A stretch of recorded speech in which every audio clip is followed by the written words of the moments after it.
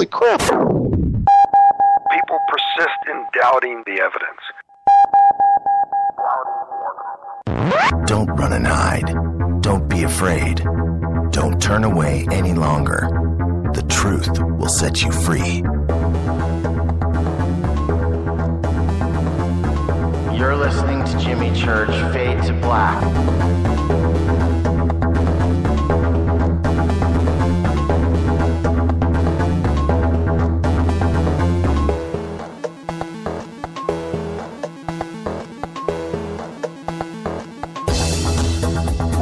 All of our antennas towards Jimmy Church.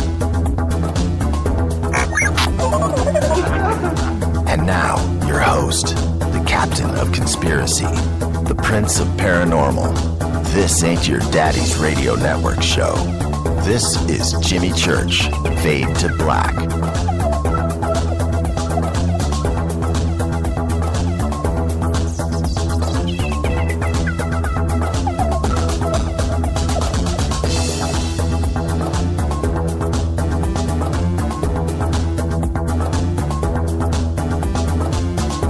Oh, yeah.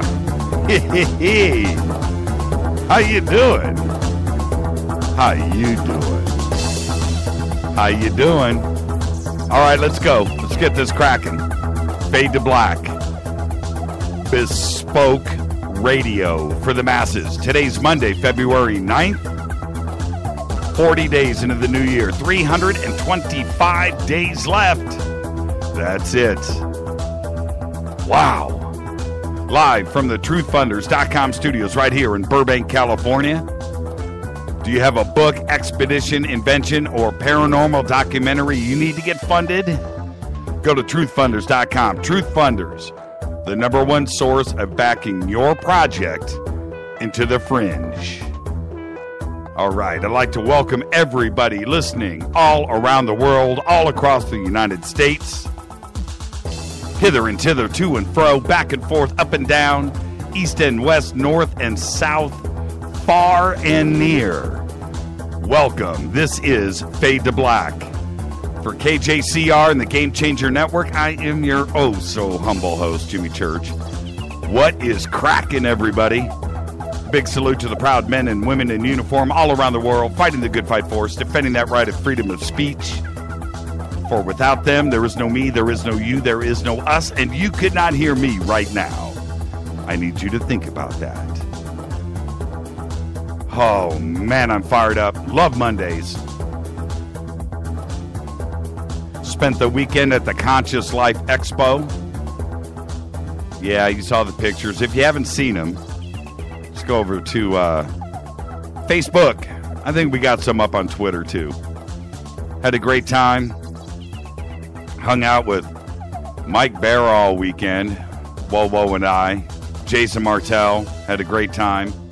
Jim Mars. Of course, George Norrie and his event, Coast to Coast AM. Great time over there. Jim Mars got one of the Lifetime Achievement Awards. Well-deserved. They actually pulled me up and to say a few words. That was pretty cool.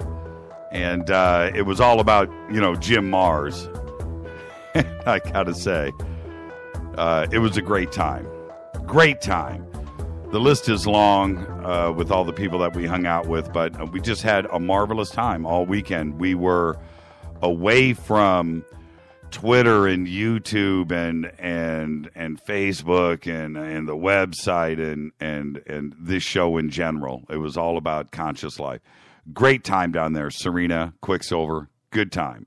And if you made it down there, you know what I'm talking about. A bunch of open-minded free thinkers all in one place. And you can tell the vibe was strong. All right. Now, a couple of announcements before I get a little bit too far into it right now. Studio Dome, Bluetooth speakers. Just go over to jimmychurchradio.com. They are the best, the finest. I've got one in my hand right here. I keep it right here in the studio. The Studio Dome SD1, just go to jimmychurchradio.com, click on the banner. If you are listening on an iPhone, an Android, iPad, tablet, you need one of these. Just go, click on the banner right there on the homepage, Enter promo code Jimmy and get $40 off of the list price of $99.99. That's $59, and you get free shipping. That is a special Fade or Not promotion that we are doing for all of you Fade or Nots. Don't forget, Contact in the Desert is May 29th through the 31st in Joshua Tree, California. We will be out there, of course, broadcasting live, a couple of events. I'm going to host a panel. Or two, actually. And the Montauk Chronicles is going to screen out there and do its West Coast premiere out there. Christopher Garetano, the director, will be there. And we're going to do a question and answer after the premiere of the movie. And that's going to be amazing. So, again, Contact in the Desert, May 29th through 31st. More information is over at jimmychurchradio.com. Just go to the future page. Click on Contact in the Desert. Look at who is out there this year. An amazing list. We will be giving away a bunch of tickets here on the show, full weekend passes. And if you have any questions about how cool of an event it is, go talk to all the Fadernauts that won passes last year. And we'll be doing the same thing this year. I'm sure we will be taking... I'm going to give Whoa a heart attack. I'm sure we're going to take out all of the Fadernauts once again. And dinner and drinks is on us. And we'll have a really cool after party that night, just like we did last year. And maybe we'll do a little karaoke. And that's a whole nother story. Also, we made the TalkStream Live Power 50 list for 2014. That's right. We came in at number 38. Yeah, George, Nori, Clyde Lewis, and myself were the only fringe paranormal guys on the list. And for talk shows in the country, the most influential talk shows out there, the three of us made it. We're all proud. We're all friends. It's all good. Now, we have three different ways to listen to the show. We have Spreaker, we have TalkStream Live, and we now have TuneIn. All three links. On top of that, there's faders.org, www.faders.org, and jimmychurchradio.com. Every source has a player. Every source has a way to listen to the show. If you are listening to two shows at once, you got to go and turn something off. I'm sure you're all bright enough. You're all smart, and you can figure that out. But some have autoplay, some don't. And we will get to the bottom of that. We were messing with it throughout the day today. It gets a little frustrating when you maybe click off a page and go back and suddenly a player starts and then you start to hear that little echo because you have two players going. You guys wanted TalkStream. You guys wanted TuneIn. You guys wanted Spreaker. You guys wanted all this so you could figure out what works best for you. We get that. But if two players start kicking off at the same time, that's what's going on. All right? So it's probably the only time I'm going to speak about this for tonight's show. I think tomorrow we might actually figure out a way to get autoplay turned off on all of them. And then it's up to you to go and switch it on. Okay?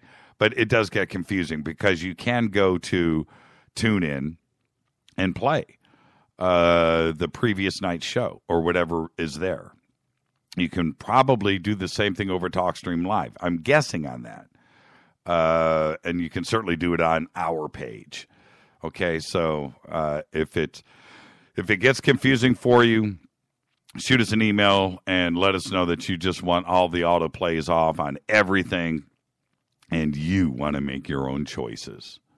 Okay, all right, but isn't that great? Spreaker, TalkStream Live, so proud of TalkStream Live and what they've done for us. And also, if you're listening on TalkStream Live, click on that baby because that gets us up the rankings on the page. Okay, so get us up there next to Savage. That's where we want to be. We were always last year on the other network. We're always number 3, number 4, number 5 in the country every single night that we broadcasted. So click on TalkStream. Let's do that. Also, starting tomorrow, I think it's going to be tomorrow, TalkStream Live is going to provide us with a call-in number where you can listen to the show. Why would somebody use a call-in number? It actually makes sense. If you're in an area where you don't have any data streaming, or it's buffering, or things are shaky, or you're driving around in your car, or you're in wherever, and your streaming isn't quite right, well, use the call-in number. Everybody's got unlimited minutes now, so just use the call-in number, and you can listen to the show that way and not interfere with your data streaming. Think about that. Or maybe you want to save the data streaming for watching those really cool cat videos later, which I understand. You know, nothing like a good cat video. And you can use the call-in number instead. Okay, so we'll have that number up tomorrow. And I think it'll be tomorrow. I think it's ready today. But, you know, hey, baby steps. So that'll be up tomorrow. All right, with that, wow, it's Monday. This is show number 201. 201. Let's get it cracking. Today, Joe Pesci is 72 years old. Actor Tom Hiddleston is 34. Who is Tom Hiddleston? How did he make the list? He made the list because he played Loki in the Avengers and Thor. And I'm going to go on the record right now. Thor is an amazing movie. I'm going to say it. I'm going to go right here. As commercial as that was, Hollywood as that was a cool flick. And he played Loki in both of those. That's why Tom made the list. Also today, actress Mia Farrow, 70 years old. Star of two of the craziest, scariest movies of all time. Rosemary's Baby and The Omen. And she slayed, literally, in both of them. Also today, singer-songwriter Carole King, 73 years old. Wow. My brain is freezing right now. What a couple of hers, You've Got a Friend? I think she wrote that. What was the other one? Will You Still Love Me Tomorrow? Will You Love Me Tomorrow? Will You Still Love Me Tomorrow? Carole King, 73 years old. Now, let's light up. See, Nancy Nurse loved Thor for my own reasons. Oh, I like that, Nancy. Follow us on Twitter right now at JChurchRadio. The sandbox is hashtag F2B. Come hang out with us in the sandbox. Become a fader. Just, when you come hang out, hey, how do I become a fader not? And somebody's going to seek you out. I promise. And you'll get the codes to become a fader not over at www.faders.org. Somebody just tweeted earlier, whoever it was, you can retweet now. I become a fader not. I got my fader badge. That's what I'm talking about. Yeah. Look at that. In Twitter, tune in up on the screen. Yeah, that's pretty cool. All right. Where are we? Oh, Twitter. Right now, let's light up Twitter. What is the best line? This is for Joe Pesci in honor of his birthday. What is your best line, your favorite line from My Cousin Vinny? My Cousin Vinny. I ought to limit everybody. Only one My Cousin Vinny quote. Because you can quote the entire movie. And we'll clog up Twitter. We're going to do all those tweets tonight. And I don't want them all to be My Cousin Vinny quotes. But you know what? That's all right. Your favorite I don't know if it's from Marissa Tomei. I don't know if it's from Joe Pesci. I don't really know. Some of the quotes, the judge, I don't know. But, what exactly is a grit? 2 Utes. Rick came in with 2 Utes right away. There you go. Yes, I got to say, 2 Utes is right. 2 what? Did you say Utes? All right. What's your, 2 Utes, 2 Utes. All right. Favorite quotes from My Cousin Vinny, which I happen to, I'm going to say this was about 2 weeks ago. Didn't know Joe Pesci's birthday was coming up, but we watched My Cousin Vinny twice. about 2 weeks ago, sat there with whoa, and we're doing out loud. Don't you hate it when people, quote the movie as the movie's going on because they want to act like they know it? They want to impress. Well, that's what we did. We quoted the entire movie. I got to say, oh, you blend. What about that, huh? You blend. All right, let's see. Tonight, we have back with us Kevin Randall. We're going to be talking, and also later on tonight will be David Marler. Tonight, Kevin Randall's coming on. We're going to talk about the Kodachrome slides that are out. As you know, there are a new set of Roswell alien pics, and on May 5th, there's going to be a worldwide announcement about those pics. We're going to talk about that with Kevin, and also Ancestry.com and their subsidiary, Fold 3, has laid down a claim to copyright on the Project Blue Book material and forced John Greenwald to pull down his site over the week. And we're going to bring on Kevin to talk about that. And then later on, David Marler is going to be joining us live from Florida. And we're going to be talking black triangles. Again, I can't, he is the guy. He's the authority on triangle UFOs. And also we'll be taking your calls tonight, 323-825-5045. Probably do it twice. Maybe we'll do a little with Kevin, a little with David. We'll be taking your calls. You have any questions throughout the show, email Jimmy at jimmychurchradio.com. Very simple, easy to do. With that, let's take our first break. This is Fade to Black, only on the Game Changer Network. Well, now tune in, TalkStream Live, Spreaker, and later on this week, that's right, iHeartRadio. Oh, bespoke radio for the masses. I'm your host, Jimmy Church. This is Fade to Black. I'll be back right after this. Do not touch that mouse.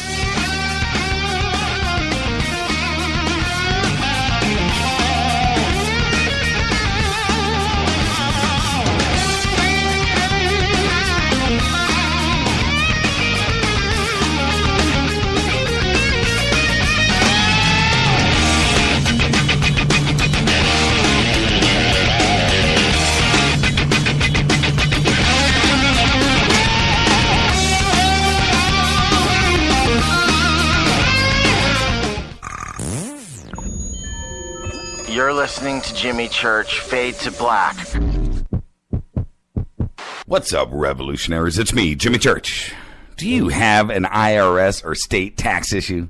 Well, I did, and I called national tax experts. My problems were fixed, done, fini, and man, I gotta tell you, it was a relief. National Tax Experts are a recognized tax office that services clients in all 50 states. It doesn't matter where you live. Give them a call. I'm telling you, they take the time to understand each and every client's individual financial status as well as their financial goals. And that's exactly what you need, my brother, when you're taking on the evil 3-letter. So, seriously, give them a call today at 1-877-909-5444. Again, 1-877-909-5444. Or go check out their website, www.nattaxexperts.com. That's NATTAXEXPERTS.com. Tell them Jimmy sent you. This is KJCR at JimmyChurchRadio.com.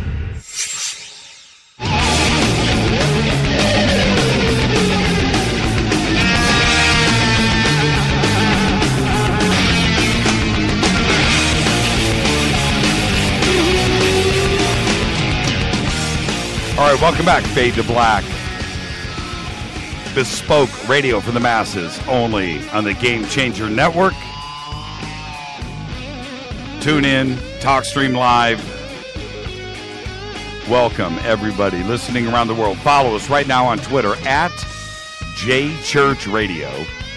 Hashtag F2B is the sandbox. Come hang out. Quick email. Well, it's long, but I'm going to get through it. This came in from Rick. He says, theory, the anti-vaccine movement is unknowingly playing a key part in depopulating the earth. If you look at the social profile of the average anti-vaccine proponent, they tend to be somewhat anti-government, pro-gun, and tend to be of the same ilk as the doomsday prepper or a person who lives off the grid. Those people should be difficult to gather or control, unlike the average person who is fully connected with computers, smartphones, iPay accounts, and credit cards. What people don't seem to understand is that reality is very subtle. Hollywood is the one that gives you big explosions and light shows. There have been many times Hollywood will have some alien disease infect a person and it will show some radical transformation. Effects that look like worms crawling under their skin, or their eyes suddenly go completely red and they start foaming at the mouth within seconds of contact. Disease has always been nature's way of culling the herd, and you should never see it happen, only the aftermath. If somebody doesn't trust the government and believes that the Illuminati or the infamous they wants to cull the human herd, they may want to get vaccinated so they don't get what they want. At least this time around. Great email. Think about that. Let's get to the news that you know nothing about. Well, the big news from last night's Grammys has been about Kanye walking onto the stage during Beck's acceptance speech, and that later Kanye said that he wasn't joking.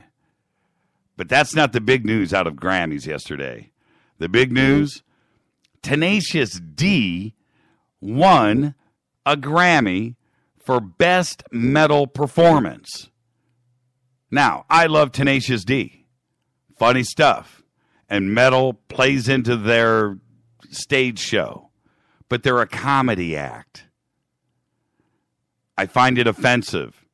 Yes, the Grammys have become a joke of themselves and their own image. You can't do that. It goes back to the Jethro Tull controversy when I think Soundgarden was nominated that year. But anyway, you can't do that. There are too many really, really, really good metal bands. It's bad enough that the Grammys just totally shuns the genre. But and Tenacious D won off camera. But you can't do that. It's like Judas Priest winning for Best Comedy Album because they had cracked a joke in a song. You can't do that. Love Tenacious D. Nothing wrong with them. Nothing. But that was foul.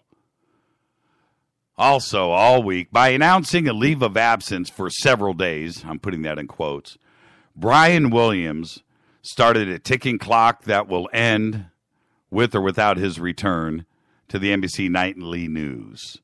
I don't know if he's going to come back. I don't know.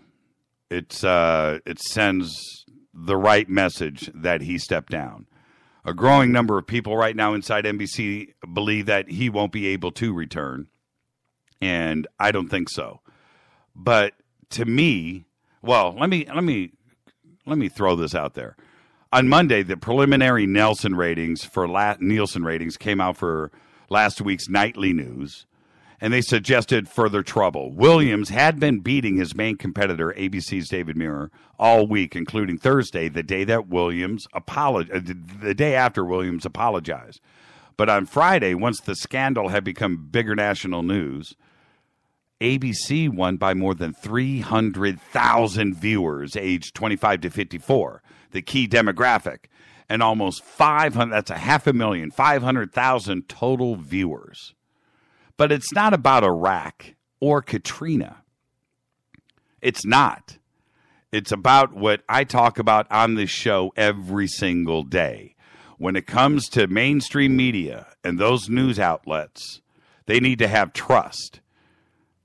And now this shows that the lead anchor, the guy reading the news, is not telling you the truth. So what is it that we believe?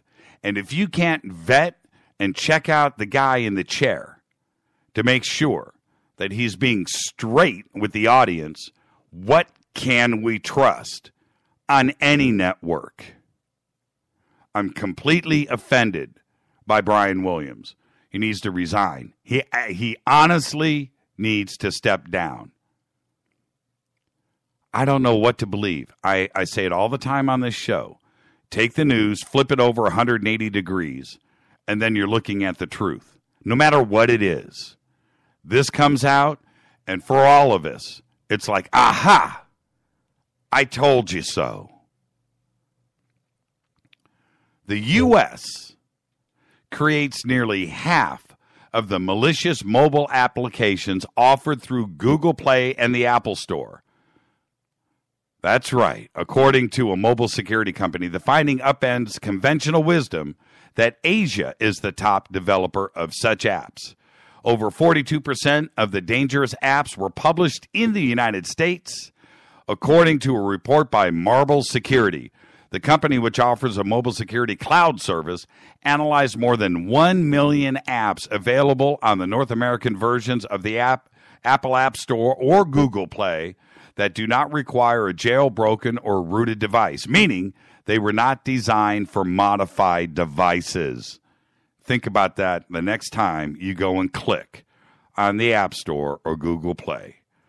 Amid a series of Asian aviation disasters, finally, we have some good news, that plagued the industry last year, Chinese authorities are moving quickly to ensure that domestically operated commercial aircraft are equipped with satellite communications that keep pilots in touch with controllers and ground stations at all times.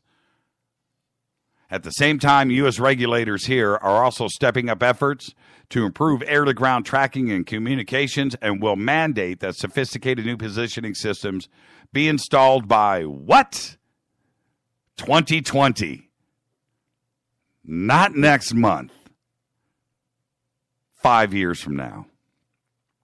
A new survey now out on PLOS One reveals that patterns of the world opinion are heroes and villains of world histories across all cultures are quite shocking. The researchers, led by Katja Hanke of Germany and James H. Liu of New Zealand, polled 6,902 university students from 37 different countries. In an anonymous survey, the participants rated 40 historical figures on a 7-point scale from extremely negative to extremely positive.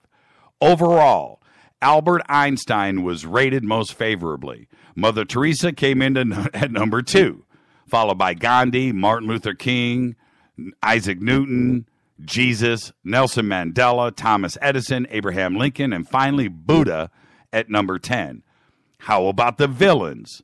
Here it is from worst to best. The most negative ratings were Hitler, Osama bin Laden, Saddam Hussein, George W. Bush, Stalin, Mao Zedong, Lenin, Genghis Khan, Saladin. Really? Saladin made the bad list? And the Qin Emperor, however, the last 3 were not really seen as villains. Their ratings were just middling. But just take a note. Write this down. George Bush was rated as worse than Stalin and Genghis Khan. Unbelievable. California lawmakers have put forward legislation requiring parents to vaccinate all school children unless a child is deemed to be in danger due to pre-existing medical condition such as an allergy. If passed, California would join only 2 other states with such stringent restrictions. That's right. Parents could no longer cite personal beliefs or religious reasons to send unvaccinated children to a private or public school under the proposal introduced Wednesday of last week. Unbelievable. I reserve comment. I do. I have to. And with that, I've got so much more news here. I couldn't get to it all. There is a new drone thing I'm going to talk about tomorrow. Maybe I'll try to squeeze it in today later on in the show. But it's pretty cool. Drone safety net. With that, let's get out of here. This is Bespoke Radio for the Masses. Fade to black. When I come back after the break, Kevin Randall will be joining us. We'll talk about Project Blue Book and the new alien pics. And also, I guess this year his 500th book is probably about to be published. Love Kevin. Good friend of the show. I'm your host, Jimmy Church. This is Fade to Black. I'll be back right after this. Stay with us.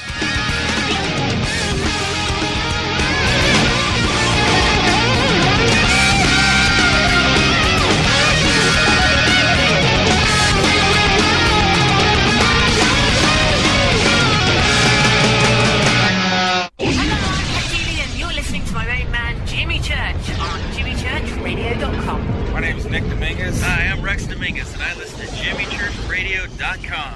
Jimmy is your preacher. Amen. This is Toby Kebbell.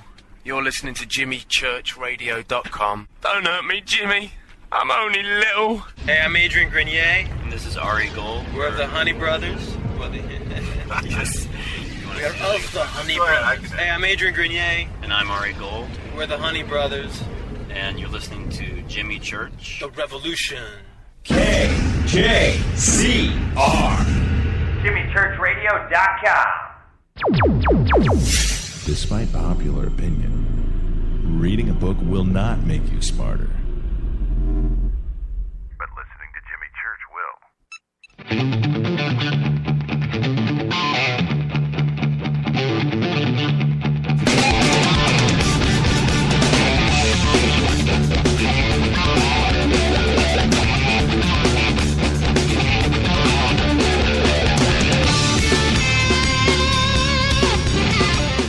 All right, everybody, welcome back. Fade to Black, bespoke radio for the masses, only on the Game Changer Network. Follow us on Twitter right now at JChurchRadio. Hashtag F2B is what you want to do. Shoot me an email to Jimmy at JimmyChurchRadio.com. If you have any questions for myself or Mr. Randall, Colonel Randall, hashtag F2BQ, that's Fade to Black Questions, in Twitter. Come join the sandbox and come and hang out. As we know this week, the big news, not only in our circle, but in all of the mainstream media, was the release of the Project Blue Book files over at the Black Vault, and then the subsequent of them being taken down. We'll be talking about that. And on May 5th, in Mexico, there will be a worldwide revealing of 2 new Roswell alien pics / and or slides, and that is huge news right now in our community, and we'll be talking to Kevin about all of that. Kevin Douglas Randall, Dr. Kevin Douglas Randall, is a prominent ufologist within the UFO community. He is often regarded as one of the preeminent experts on the reported crash of a UFO near Roswell, New Mexico in July 1947. He's a professional writer with over 100 books to his credit. I think it's 100,000. Randall is perhaps best known for his books about UFOs and the Roswell story. A military veteran, Kevin Randall served in the United States Army during both the Vietnam War and the Second Gulf War. Randall studied journalism at the University of Iowa, where he got a Bachelor of Arts, and earned a master's degree in psychology as well as a PhD from California Coast University and a second master's degree in military studies from the American Military University. I would like to welcome back to the program our very good friend, Colonel Kevin Douglas Randall. Colonel Randall, how are you, sir? I be fine. But how dare you use my middle name and I don't know yours? It's Anthony. Oh. Simple. So it's James Anthony Church? That's it, man. James Anthony Church. Oh, that's a much better name, I think. I don't think so. You know, Kevin, you've been on with us so many times, but there's always something that I have always forgotten to ask. But, man, it seems like you've been in school more than holding a job. Is that right? I mean, when I think about all of it. I had a real job for 8.5 years. And I didn't like it because they wanted me to show up on time and do stuff for them and stay all day. So I quit. Went off to be a writer where there's no heavy lifting and you can scribble on paper and send it to New York and they send you money in return. When I talked to you over the weekend and I said, so how many books are you up to? And I think you gave me a number, but are you even sure what that number is? No, I gave up counting at 112. Yeah, I just put over 100 books to his credit because I knew I was safe. But what are you working on now? Before we get to all these crazy headlines that have hit us lately, what are you working on now? I just handed in a book that's sort of a follow-up on the government UFO secrets that came out less than a year ago. And I always kind of like that book because it looks at the UFO phenomena having started in actually 1941 as opposed to 1947. Right. I just looked at it as a worldwide phenomenon and saw that the Foo Fighters are connected to the ghost rockets that are connected to the flying discs from 1947. And one guy's name sort of floated through all that as an intelligence officer investigating it. So I'm thinking that we start the modern era much too late. We should be looking at it about 1940. So that book was just finished, was published. I've just finished one that looks at UFOs as a more worldwide phenomenon, and looked at the French reports. Look at some Australian reports that have been done. A whole bunch of things like that, bringing it to the worldwide audience, I guess. Yeah, certainly one thing that is true. It seems like here in the United States we're a little bit jaded in that it's not we are not exclusive to the UFO phenomenon here. There, obviously there have been crashes and sightings and incidents and abductions all around the world, and I think we turn a blind eye to a lot of that. I think with the internet, though, we're looking at it as a more worldwide phenomenon than we used to. I mean, if you're writing for an American audience, you focus on the American cases, and if you're writing for an English audience or a British audience, you focus on those cases or the French, and so there is some overlap. But for the most part, you look at the sightings in your own country. And with the internet now, we're looking at it more as a worldwide phenomenon. I think that's a good thing. It'll help us move forward and maybe get some more answers. And with that, I don't even know where to start with all of these headlines this week. Let's go with, let's talk about Project Blue Book first, and John Greenwald and what happened there. I know that you were on Coast to Coast last Friday talking about this, and I heard parts of that. And then John, of course, had to pull down the site this week, and he did his, I think he was as political as he could be in his statement, but he was certainly angry. What happened? First of all, the Project Blue Book file has been available since 1976.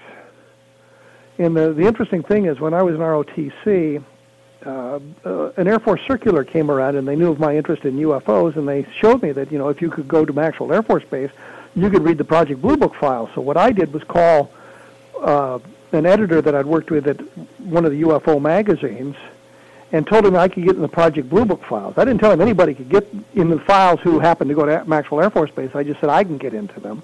And they gave me an assignment to go down there. I think I ended up doing 5 or 6 different articles about that helped pay my college tuition.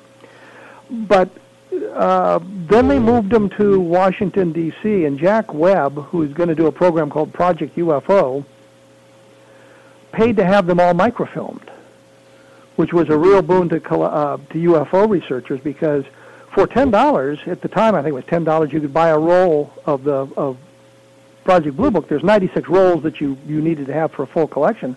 But what I was doing was buying them as I needed a specific area, spread of time. I'd get the roll that had the case on it that I wanted to look at. So over a period of 20 years, I actually accumulated an entire set of Project Blue Book files. So they've been in the hands of private researchers for a long time. One of the first things we did, and I say we, Bob Cornett and I were the ones down there, we got our hands on the master index, which had not been redacted. So we went through and pulled out all the unidentified cases. There were 701 of them, and we wrote down the names of the witnesses, the location, the dates, the names of the witnesses. When the files moved to the National Archives, they redacted them and pulled out all the names of the witnesses. So we were able to put the names of the unidentifieds back in. But they did a very poor job of redacting it. My favorite one is the Arnold sighting, of course, in 1947. And even in one of the transcripts of the telephone interview, they blacked out the KA for Kenneth Arnold. all through this transcript, but you go to the first page, and somebody had written across the first page, in grease pencil, letters about a half an inch high, Arnold sighting. So they were able to redact the initials, but they didn't get the big name across the top. So you read the files carefully, you can put the names back in. So John Greenwald got a hold of them, and I don't know exactly how he acquired the digital copies of it, but he put it up on his site for free. And these fellows over at Fold3, which I guess is part of Ancestry.com, had the files up for 5 or 6 years, and they're free over there as well. John had added a lot of stuff that wasn't at the Fold3 site about Project Blue Book, but they seemed to think they were in conflict with one another, and they had created the digital files and required him to pull them down, and unfortunately he had to do so. The files are still available at Fold3, so I'm not real sure of the legalities of all of this, but it seems a shame that John's easily searchable files have been removed, and we're stuck with the Fold3 files, which I myself have used in the past because it's sometimes simpler to find a case on the Fold3 files than it is to go through the index and get the case number and try to look it up on the microfilm, because the files are not always in order. Well, I could be wrong here, but I think what John had done is he had figured out a way, very laborious, of course, to convert the PDF files to a searchable data format. Yes. And which wasn't done with Fold3. Again, I could be wrong, but that. You know, with the PDF stuff, you have to go and you have to read, and his setup was now a fully indexed, searchable form of Project Blue Book, which is totally cool. The thing with Fold3, though, it's got the page. Each month has a page with the sightings listed on it. So if you know the case, you know the month and the year of the case, then you can find it. You can find it on the Fold3 things. If you don't know that, then you've got to kind of search 130,000 pages. Well, I'm hoping you could limit it somewhat more than that, but you've got to search through 12,000 different cases to get to the one you want if you don't have some kind of handle on it. And if they were, you're a very educated man, so I just want your opinion on this. If they were Freedom of Information Act releases originally, Webb did his microfilm documenting of everything, and then now they're available on PDF, and they've been free all along. How can somebody come in and claim copyright on something that was free to begin with from the government? How does that come into play? I think what they're suggesting is they were the ones that created the digital files. And there's something called sweat equity that goes into this sort of thing. And you can't copyright a phone book, which is basically a list of names.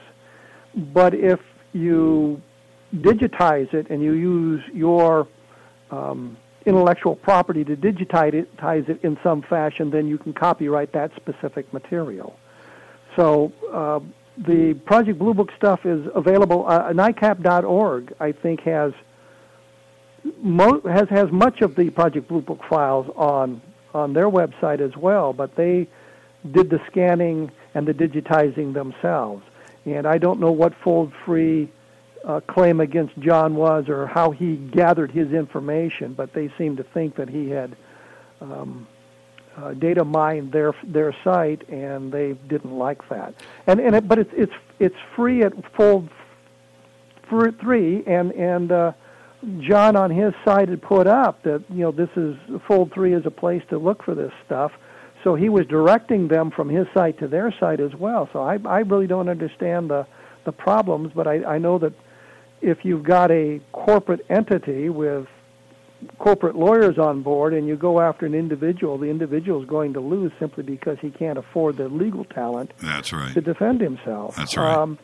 So unfortunately, I don't know. I think John was providing a service that would be valuable to us as researchers. And so we're back to Fold 3 or trying to find it on the microfilm copies, which is a very laborious task at sometimes. And Ancestry and Fold 3, Ancestry I think owns Fold 3, but yes. Why can't we just, and I'm speaking directly to Ancestry here in Fold 3, and I hope somebody is listening from that organization right now. It is tough enough in this field that we are all in together. And sending out this kind of message and taking down somebody like John and all the work that he has done for us. I mean, he's a good guy, and you're just showing animosity, and that all of us just can't get along in ufology and this quest for the truth. And I think that's. If I'm Fold 3, if I'm Ancestry, I take the opposite road. I take the high road here, and let's work together on this instead of sending the wrong message. Why would they do that? We just all need to get along. I think the thing is, John wasn't charging for it. Right. It was free to the public. The Fold 3 Blue Book files are free. And I'm not sure how anybody got hurt in what John was doing, especially when he was made sure that Fold 3 was acknowledged on his side. I don't understand it at all. If John was charging for it, and there was some kind of a financial arrangement going on, and I think Fold 3 was, well, I don't know all the specifics, but I think that since everything was free and nobody was making any money on the deal, I just am puzzled by the problem. I find stuff from my blog in different places on the internet all the time, and I look at it from the point of view, if you are sharing the information for free, okay, you should have asked permission before you published it on your site, but if you've given credit to me and you're not making money on it, then okay, I let it go. In fact, I just was alerted today that somebody had used one of my columns on their site, and the only thing that bothers me about it at this point, and I'm puzzled about exactly what to do, but they not only copied the posting, but all the comments. And I'm not sure that the people who make comments to my blog really want to have that shared elsewhere. But by the same token, you're putting it up on my blog, so those comments are there to be read by anybody who gets to my blog. So it's really kind of a complex question in today's environment, exactly how you do all of that. Yeah, I'm in the same boat here. We are at Fade to Black.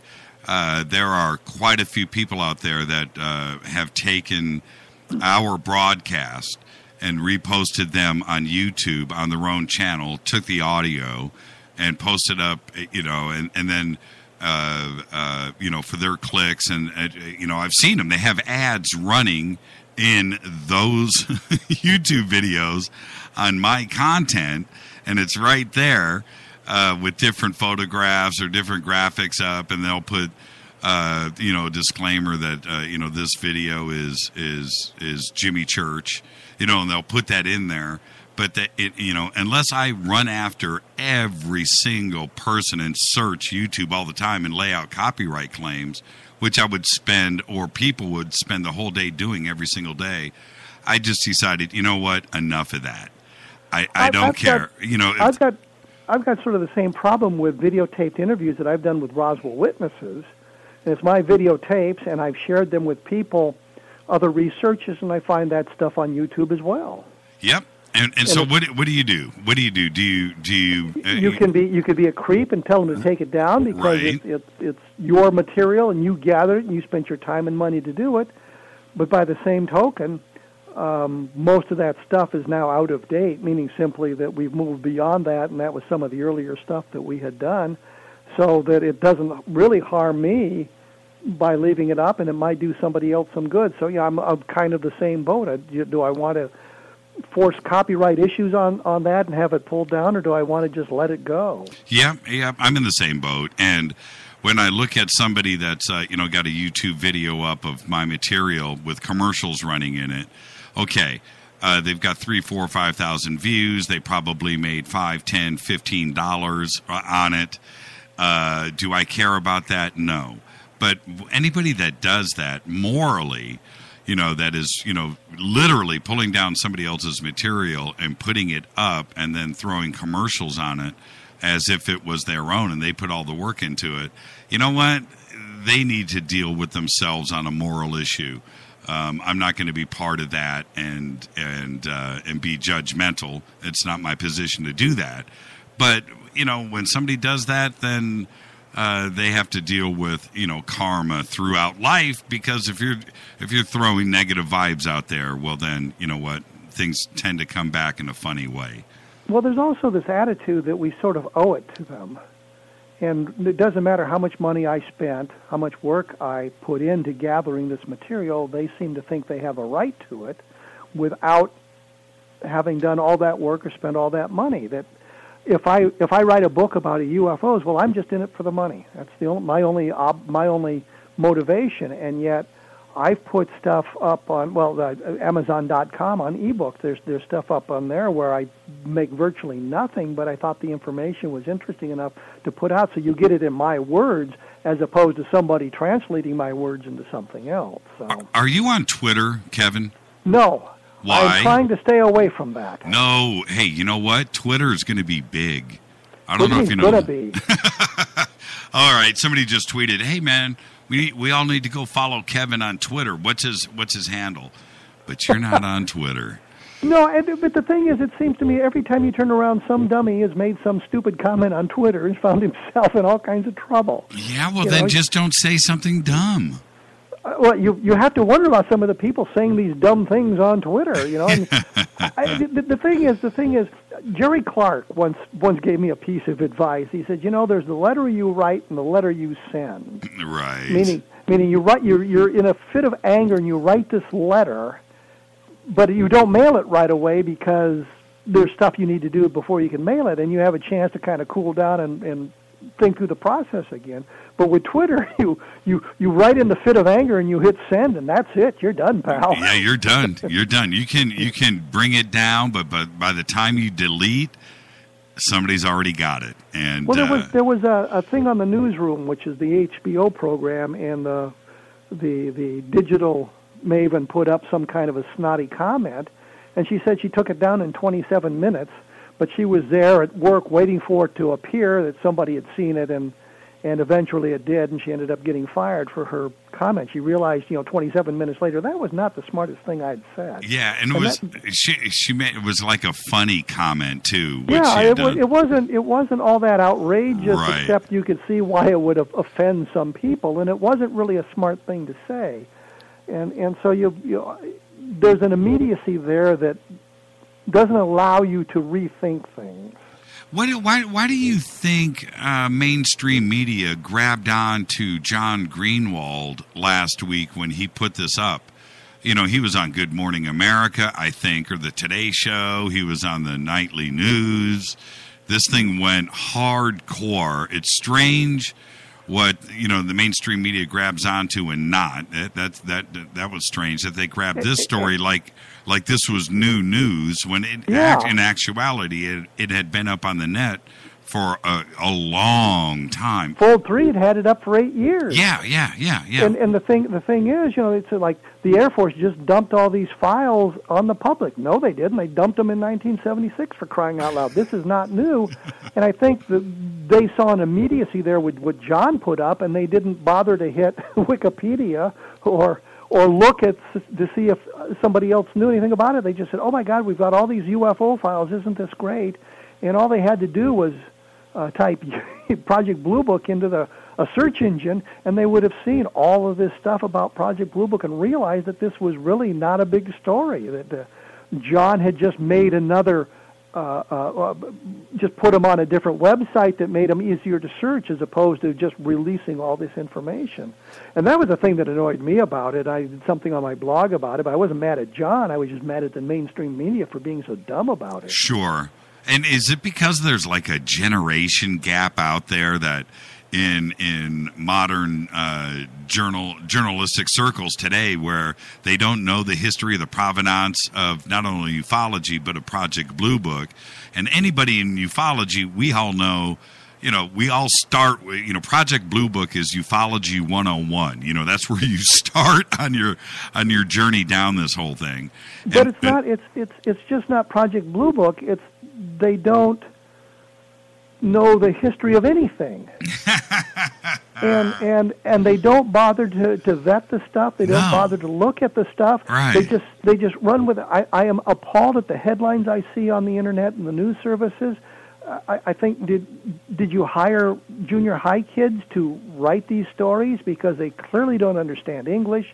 They clearly don't understand how to write a news story. They clearly don't know what the news is. They don't know the history. I think there was a study showed that 50% of the high school students couldn't put the Civil War in the proper century. Yeah, that's right. Well, you know what? I still can't name every president. I would have a hard time maybe naming every capital of every state. Yeah, name every vice president. Oh, you would.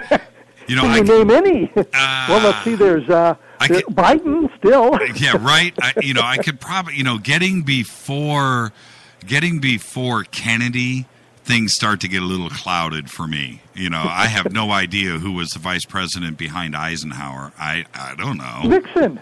Was it Nixon? Oh, that's right. Nixon ran and lost. Joke. Okay.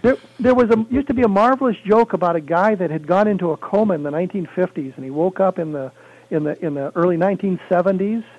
And the first thing he said to the doctors, "How's President Eisenhower?" They said, "Well, President Eisenhower's died." He said, "Oh my God, Nixon is president." But the joke doesn't work anymore unless you understand that Nixon was Eisenhower's vice president and he got elected himself in 68. So. Right. Well, and so back to the way that they dealt with this when John first made the announcement that it was up, that it was there. I immediately contacted him. I said, "Dude, good job. I'm going to announce this tonight on the show." And he wrote me back saying, "Jimmy, thank you. Yep. Okay, cool." That was that day. It was the next day I see this thing about him being on the nightly news, and the day after that, he's going to be one of the Today Show or whatever. Good Morning America. On the Today Show. Right, and I see that. I'm like, wait, whoa. This isn't that big, or is it? Is there something to this that I missed? I just didn't get it. I was really tripping on that, how it was like overnight mainstream media deemed this huge story. And not to say that it wasn't great news and John didn't do a lot of hard work. I get all of that. No, it's just that all the information was been available. And what stuns me is, as I was working on the government UFO files, I was looking for a case, and I was zipping through the microfilm, and I thought I caught the name Project Moondust go by. So I went back and I looked, and I found 4 cases in the Project Blue Book files from 1960 that are named that are mentioned Project Blue Book or Project Moondust. And we're thinking, Moondust was this thing that we had never heard of, and yet here it is connected to UFOs through the Project Blue Book files, and nobody ever made that connection. And the only reason I made it was I simply happened to catch that as the file was zipping by on the microfilm. Right. But to me, that's a much more important story than the fact that Project Blue Book files have been dumped. Here we have a connection of Moondust to the UFO investigation back in 1960, and I actually found the date for the beginning of Moondust. We'd never really known that until I'd found this document in the Project Blue Book files that's dated December of 1957 that tells you we've just started Project Moondust and we can use this stuff. And so we've got the UFO connection for Moondust going from 1957 till 1985 when the name was compromised and they changed the name. So we can show that a UFO investigation transcended Blue Book even, and yet nobody knows about Project Moondust, and the mainstream media is going, oh, Project Blue Book files are been released. Yeah, 35, 40 years ago, get the Moondust files.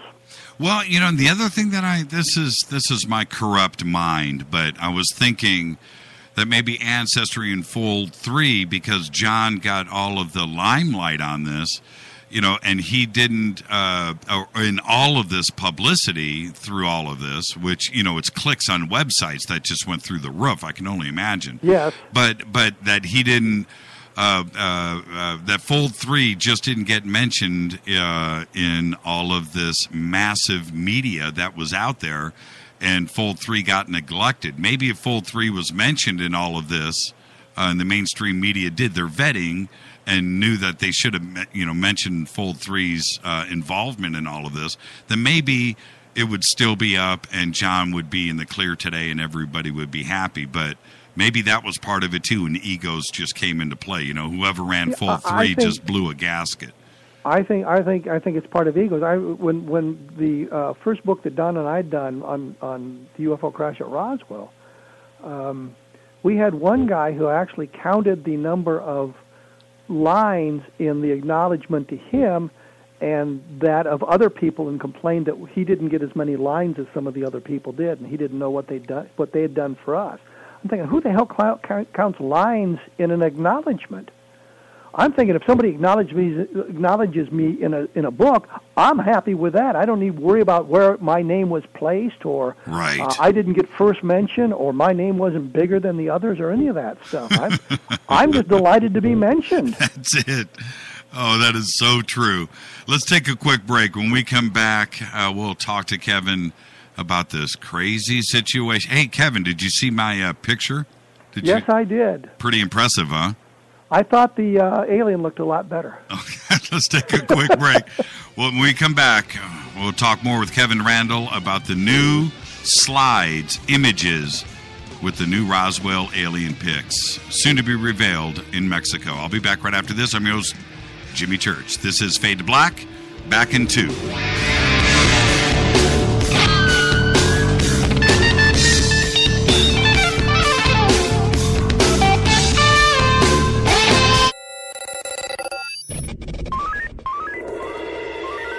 Way out here, we listen to Jimmy Church. You're listening to Fade to Black. ¿Qué tal, mis amigos? Yo soy Mario Carson, el tiburón, y los invito para que escuchen a mi buen amigo Jimmy Church Radio. ¡Claro que sí! Oi, oi, I'm Reese Evans. You're listening to Jimmy Church. This is Revolution. The revolution will not be televised. The revolution is on radio. Ciao.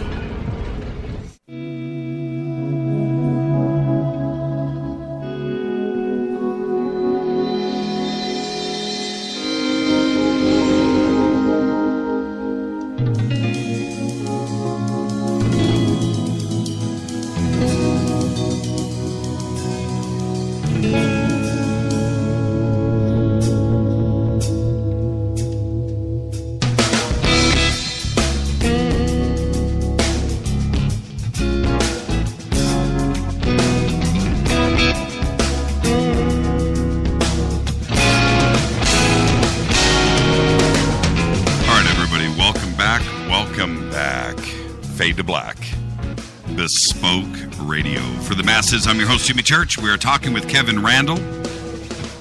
Follow us on Twitter right now, at JChurchRadio. We are on the Game Changer Network. Tune in, TalkStream Live. Kevin, are you still with us? I be here. All right. I should have, during the break, I wasn't thinking I was going to post my picture of me posing with the alien. I'll see if I can get that up during this last segment. Okay, here we go. Your good friend and colleague, Don Schmidt, Tom Carey, have bumped across these images that have been analyzed. There are, I understand there are just 2, and I read everything on your blog. And before we get to all of that, and we're going to talk about all of that, who is Anthony Bragalia? Tony is a friend of all of us, I should say. But he's worked with Tom and Don, and given his civilian work, his regular job, he has access to a lot of different databases. And so if you give him a name, he can find that person for you so that you have an opportunity to interview them and talk to them and provide that sort of thing. He's very good at research. He finds a lot of stuff. He's very interested in this. So he spends some time researching these sorts of things, finding people. He's anti-Socorro. He believes it was a hoax, which I find interesting. And he and I have kind of argued about the reality of the Socorro UFO landing. Right. But he's been involved with Tom and Don on their research into the slides, helping them kind of trace some of the provenance. They don't have as I understand it, they don't have a provenance. They don't know who took the pictures, but they know where the pictures were found, and Tony was able to help them identify these people and what their connection might be to UFOs. Now, one of the things that I had said to you earlier, I'm going to say this on the air now, with the situation that is in the background, with these photographs and the people that actually own them, and disclosure and what's in them and confidentiality and all of that, we're all treading on a little bit lightly here. There are some images that went out on the web today of one of the slides. And I chose not to post that tonight. Not that, of course, I don't want to get in any trouble, but I don't want this event on May 5th to crash and burn and stop because these images are out there, or somebody's confidentiality was broken and somehow it was leaked. What is on the net is a very poor quality picture of one of the slides. And from what I understand, what Tom told me today, I emailed Tom and asked him about this specifically. And what Tom told me today is that the image they have is much clearer.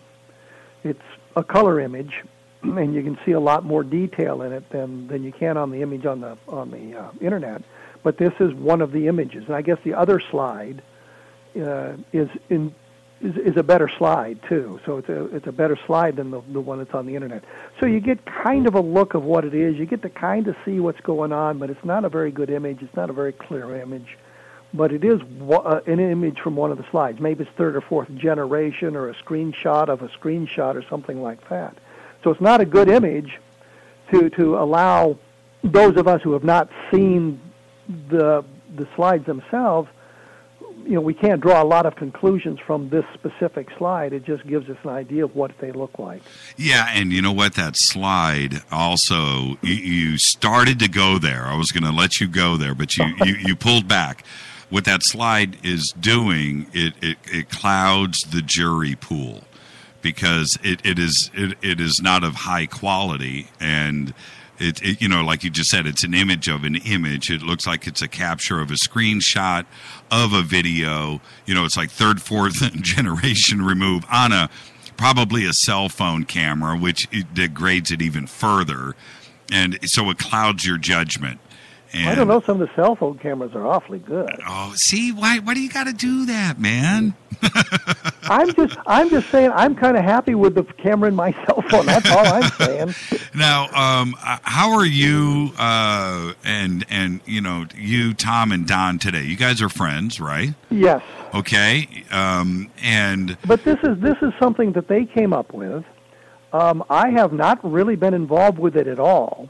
I learned about it 2.5 years ago, when Nick Redfern had inadvertently learned about it. The images were found, or the people who had them, or there was some connection to Midland, Texas.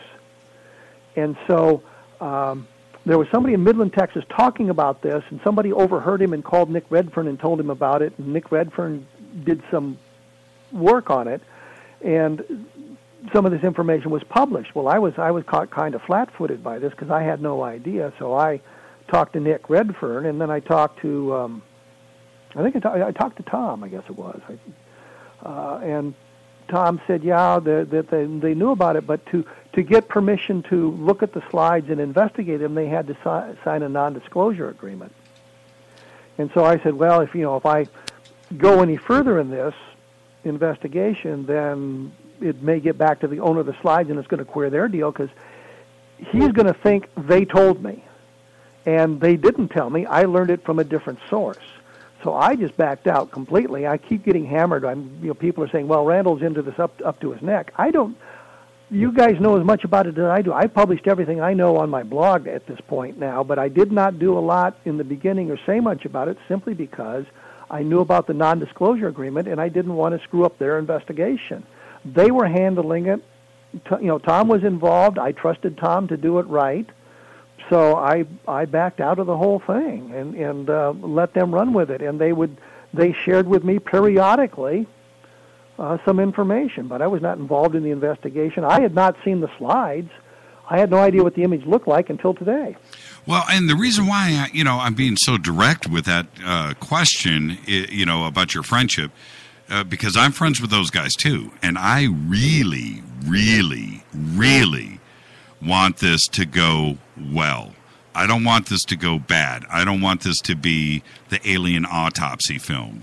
I don't want it to go down that road. And for them to have a 10,000-seat, arena ready to go, and I guess the provenance and the research with the Kodak engineers and the dating of when this slide looks like it was developed in 1947. Not only taken, but developed. And the emulsion and the chemicals that are still there on the slides show the processes were all done in 1947. So I hope that because I want this to be the real deal. We all do, and I know that you do too. Wouldn't it just be fantastic? But the other side of the coin is, even if it turns out, I don't want to do anything to harm their investigation or what they're doing now by some off-the-wall comment that I could make on Twitter. I had to bring that up. I try to walk a fine line. This is their investigation.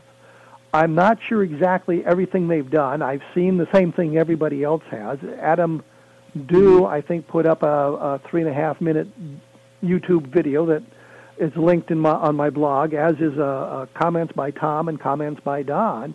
So you can see what they have to say, and that's what I know about this thing. As much as I know about this thing, and I just link the information that's now available to everybody in the hopes that that helps everybody trying to learn about this. I know there's the skeptical community. I really hesitate to use that term. It's more of a debunking community.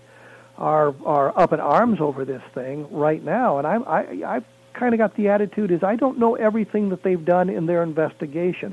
I don't know how they're going to link it to Roswell at this point, other than they seem to have talked to a lieutenant who I don't recognize on the video, and I don't know who it is, who said that he saw the bodies, and this is basically what he saw. I don't know how they're going to establish the provenance. I do know that everybody seems to think there's a range. It's not that the pictures were, it's not been proven they were from 1947, but they've got a range. And I know one of the ranges is completely off. I think Dew said the pictures were taken sometime, but developed sometimes between 1939 and 1949.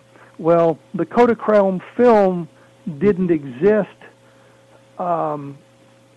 The coding on the film says it was 1947, but the codings were recycled, so it could have been 27, 47, or 67. Right. But the Kodachrome film didn't exist in 1927, therefore it has to be 47 or 67. Right. So the range of 39 to 49 doesn't work because I think the Kodachrome film just first came out in 42, something like that. Right. So you've narrowed the range that way somewhat.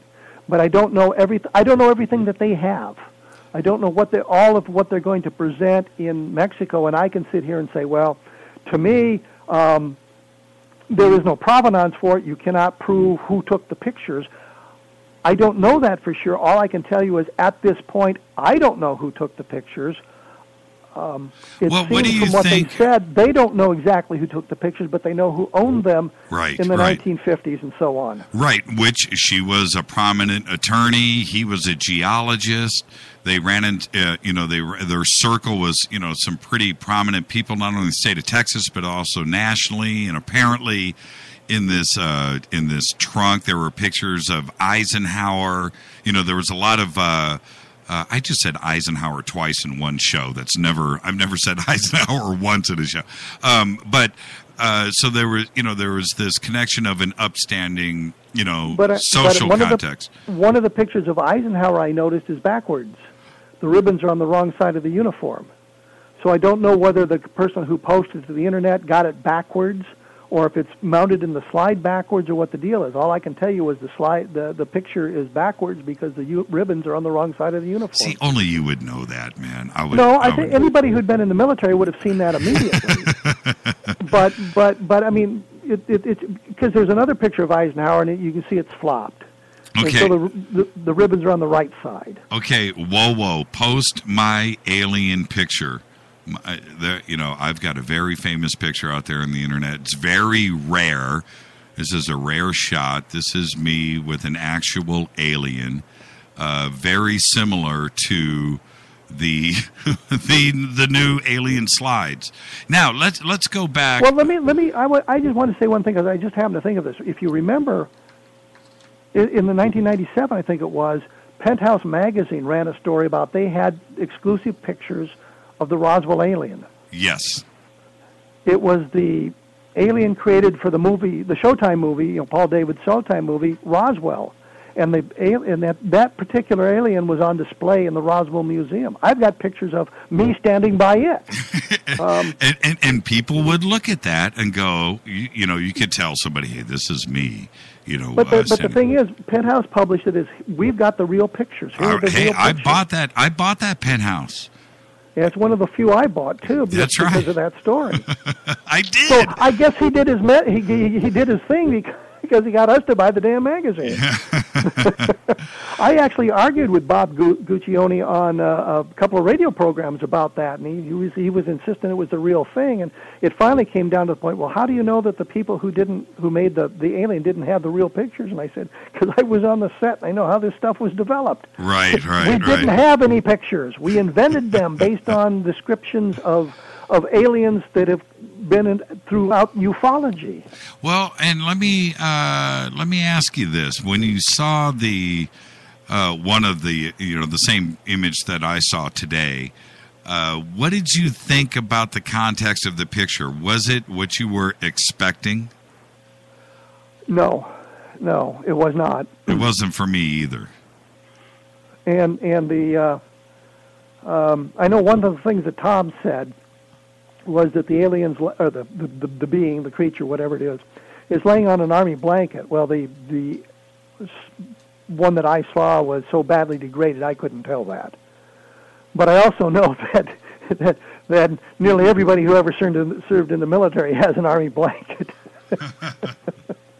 Oh man, they disappeared frequently. They're not all that great either. Well, it wasn't what I expected. Do you think it's enough? If they cannot provide us with the provenance, who took the picture, I think it's going to be a hard sell. Well, are they going to do? But is that part of? Is it your understanding that is part of the disclosure that they're going to do in Mexico City? What Tom said in the interview that's on the internet was, he says, we don't know when the picture was taken. And from that, you know it was found in this box of slides that the Rays had, but you don't know where they got the picture. Who took the picture? Right. How it came to be in that box of slides. There's just all these questions, and I'm kind of withholding judgment until I find out whether they have answers for those questions, because those questions have not been answered, and those are important questions. Well, and so if they can answer the questions at the arena in Mexico City, more power to them. Well, if they can't answer them, it's going to be a little bit problematic.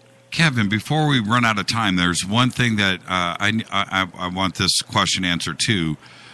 Tony said in your blog that the image was of a decapitated or headless body that was going through an autopsy. Now, the picture that I saw on the web today was not that. The head was still on the body. So, what Tom had said and what Tony has said is that the head is removed from the body.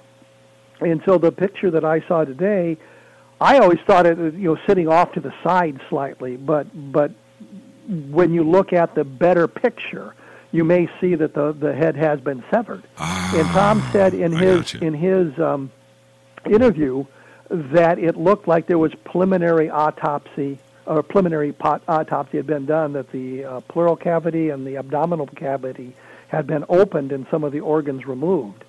So the head may be separated from the body, but I can't see enough detail in that picture to tell whether it's attached or not. Okay, I just posted, Wowo just posted up on Twitter the picture of me with the alien body that has been preserved. An amazing photograph. Isn't that an amazing... Yeah, I tweeted. While we were on the air, you tweeted. I retweeted a tweet in real time. Oh, my God, no. Hey, Kevin, you want to take a phone call or two real quick? Sure. All right. Whatever. Let's do it. Hi, you're live on Fade to Black. Who's calling? Yeah, my name is Ryan, and I'm calling from Washington State. How are you, Ryan? Say hi to Kevin Randall. Hi, Kevin. Hi, Ryan. How are you? I think what we need to do is, I think what really matters is if the slides can be dated to 19 in that time area, was there anybody in that time area that was talking about, or was there knowledge of the typical short, bug-eyed alien? Because in popular culture, there was even a mention of the bug-eyed alien at that time. That's a great question, Ryan. Thank you so much. But I have another comment. Oh, okay. Stay with us, Ryan. Go ahead, Kevin. I want to stay here for a second. I was going to say if you look at the history of alien descriptions, one of the things that happened is Frank Joyce had said that Mac Brazel, who'd seen the aliens, said, well, they aren't green. And so we spent a lot of time trying to figure out when the idea of green aliens entered popular culture. Right. And found sources back to 1908 that talked about that. There's been descriptions of aliens around, but there's nothing that quite matches, especially in the 1947 time frame, quite matches this. There's discussions of different things, but most of that discussion seems to be more fictional than factual. So there is some of that, but there's not a lot of it. Well, I know where there is an alien photograph that is credible, and it just happened in 2008. And do both of you think that Roger Lear, the late Roger Lear, would make up a huge story about a UFO sighting? No, I don't think Roger Lear would make anything up. I think Roger Lear was... There's witnesses to it, and there's a group of people in Turkey that saw this UFO over the ocean, and there's videos on the internet and pictures on the internet. You can clearly see, Yeah, that video that you're talking about, it's still fascinating to me. The problem, the only issue that I have with that video is that it's so far away that it could be maybe a ship on the horizon, and maybe they were a ship that was docked, a large ship, and it's the bridge of a ship, a boat, but so that's before you see the alien, you know what I mean? And when those aliens come up and look, those ETs come up and look out the window, and which is what you're referring to, Ryan, that's where my skin just, wow, that's a crazy moment in time. And so that's some of the best video I've ever seen, no doubt. Well, Kevin, would you check it out after the show, possibly look at it? I'll take a look at it. The only thing I'll say, Turkey UFO, and Roger Lear was there. He was on Art Bell. He described what he saw, but I don't want to take up too much time here.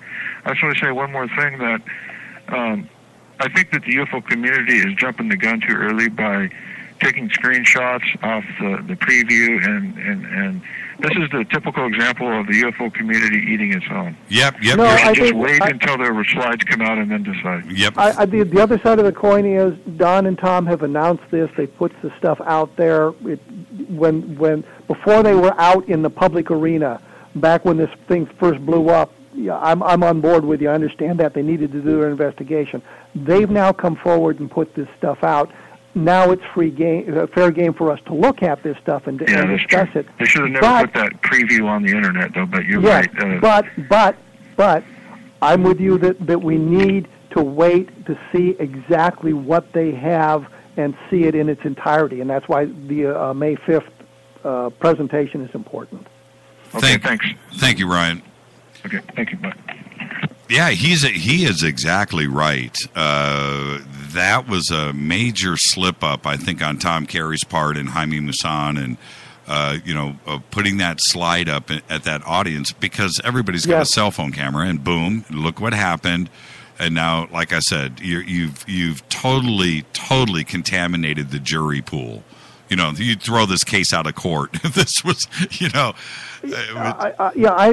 I said, when they were operating in the background and they were attempting to verify stuff and they were working on it that way and not really saying much about it, okay, I got it. I understand you need to make the investigation. You need to do it without contaminating your jury pool. But now that the stuff is out there, we can discuss it. And I caution, the simple thing I do is caution is, but we don't know everything at this point, and the presentation in Mexico City is going to provide us with those answers, and then we'll know whether or not we have something very, very important. So what's your gut, Kevin? What's your gut? What's it telling you? I mean, how do you really right now? And don't be a politician. I know you're running for office in Iowa, but don't be a politician. I'm just worried that Tom and Don have stepped in it. Yeah. That's what frightens me. I know that they're sincere. I know that they truly believe that they have something very important, and I know they've attempted to do their homework. And I know Tom is a very conscientious yes, he is. But I just fear they've stepped in it. But I won't know that until we get to May 5th and have an opportunity to review all the evidence that they've amassed about this thing. And that's what's important. We need to see all the evidence. Well, you and I were talking earlier, and it's very important when we deal with the internet. It's not the internet that is the problem. It's the internet that helps you. And when you have somebody post a picture, this is J-Rod at Area 51. This is the secret picture. And it looks convincing. And then you find out because of the internet, the special effects team that built that did the project, they come forward, or whatever. But that's where the internet helps you. So these images will be widespread on May 6th, no doubt about it.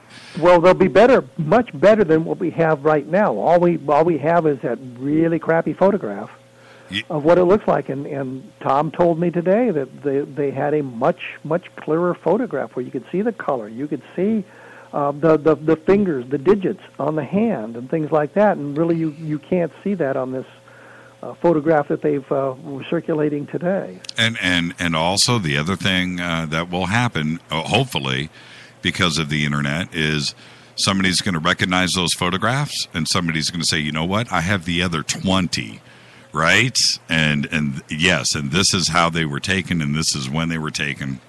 And I hope that's what happens. One of the things that really bugs me is somebody saying, well, the slides were all numbered in sequence, so where are the other slides? And I'm thinking, if somebody gave me copies of slides, I'm not going to have the other 20 slides in the sequence. I'm going to have those two, and that's it. I can't produce the others because I never had them. I didn't take the pictures. Somebody gave them to me or gave me copies of them or whatever the heck the deal is. But I didn't take the photographs. I've just got these two slides. So I can't put them in sequence. How did you get to be the man that you are? So smart. Hey, Kevin. I was in the Army. A U.S. of A. Army. Oh, man. Really quick, it's Kevin Randall at Blogspot. Is that the... Yeah, Kevin Randall, blogspot.com. If you got a Kindle and you want to see some of the stuff immediately, Amazon Kindle, Kevin Randall. I did a book called Conversations, which is an e-book. It's kind of an interesting little book. It's a woman was having bad nightmares, and we thought it was an abduction phenomenon. It turned out into this past life thing that's kind of interesting, but the history that I talk about in the book is really kind of fascinating, and that doesn't get enough play. I'm really not sure whether the story is true or not. The way she told it, the evidence is, we got a lot of it under hypnosis, and a lot of what she told us was verifiable through facts, but she didn't have access to the internet in the days we did this, which would make it much easier to pull off something like this. So It's an interesting book. It's a good read, if nothing else. And, because your website is just, it's bookmarked. I go there every day. And I got to say, the way that Tony lays it out, obviously he was completely involved, but he can lay out the story, the background, as much as he knows, which is just about as much as anybody knows about the provenance of these slides and the family that's involved and how they were discovered and how the research was done with the emulsion and the dating of the film is all on kevinrandall.blogspot.com, and you can get there through jimmychurchradio.com and just click on Kevin Randall's name. Kevin, thank you so much, my brother. Always great to have you on with us. Well, thank you, and I had a great deal of fun. We always do, don't we? Yes, we do. I'll talk to you, Kevin. Behave. You too. Thanks a lot. Bye-bye. All right, Kevin Randall. Okay, man, I'm telling you, May 5th is a big day for all of us. With that, let's take a quick break. When I come back, David Marler is joining us right here on Fade to Black, Bespoke Radio for the Masses. Tune in, TalkStream Live, Spreaker, and I think this week we'll have iHeart. I'm hoping. I'm your host, Jimmy Church. Back with David Marler right after this. Stay with us.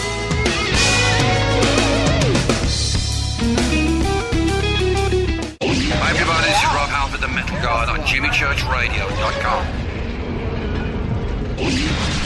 What's up? My name's Brian Taylor, Ninja Badass Extraordinaire, and this is JimmyChurchRadio.com. JJCR in your face. JimmyChurchRadio.com.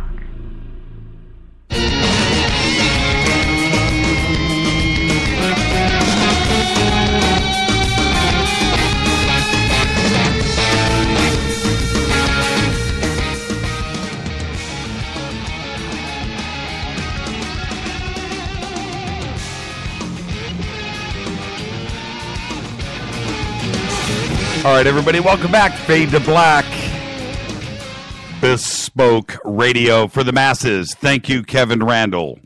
Amazing. May 5th is a big, big day for ufology, and we'll find out, won't we? Let's just hope.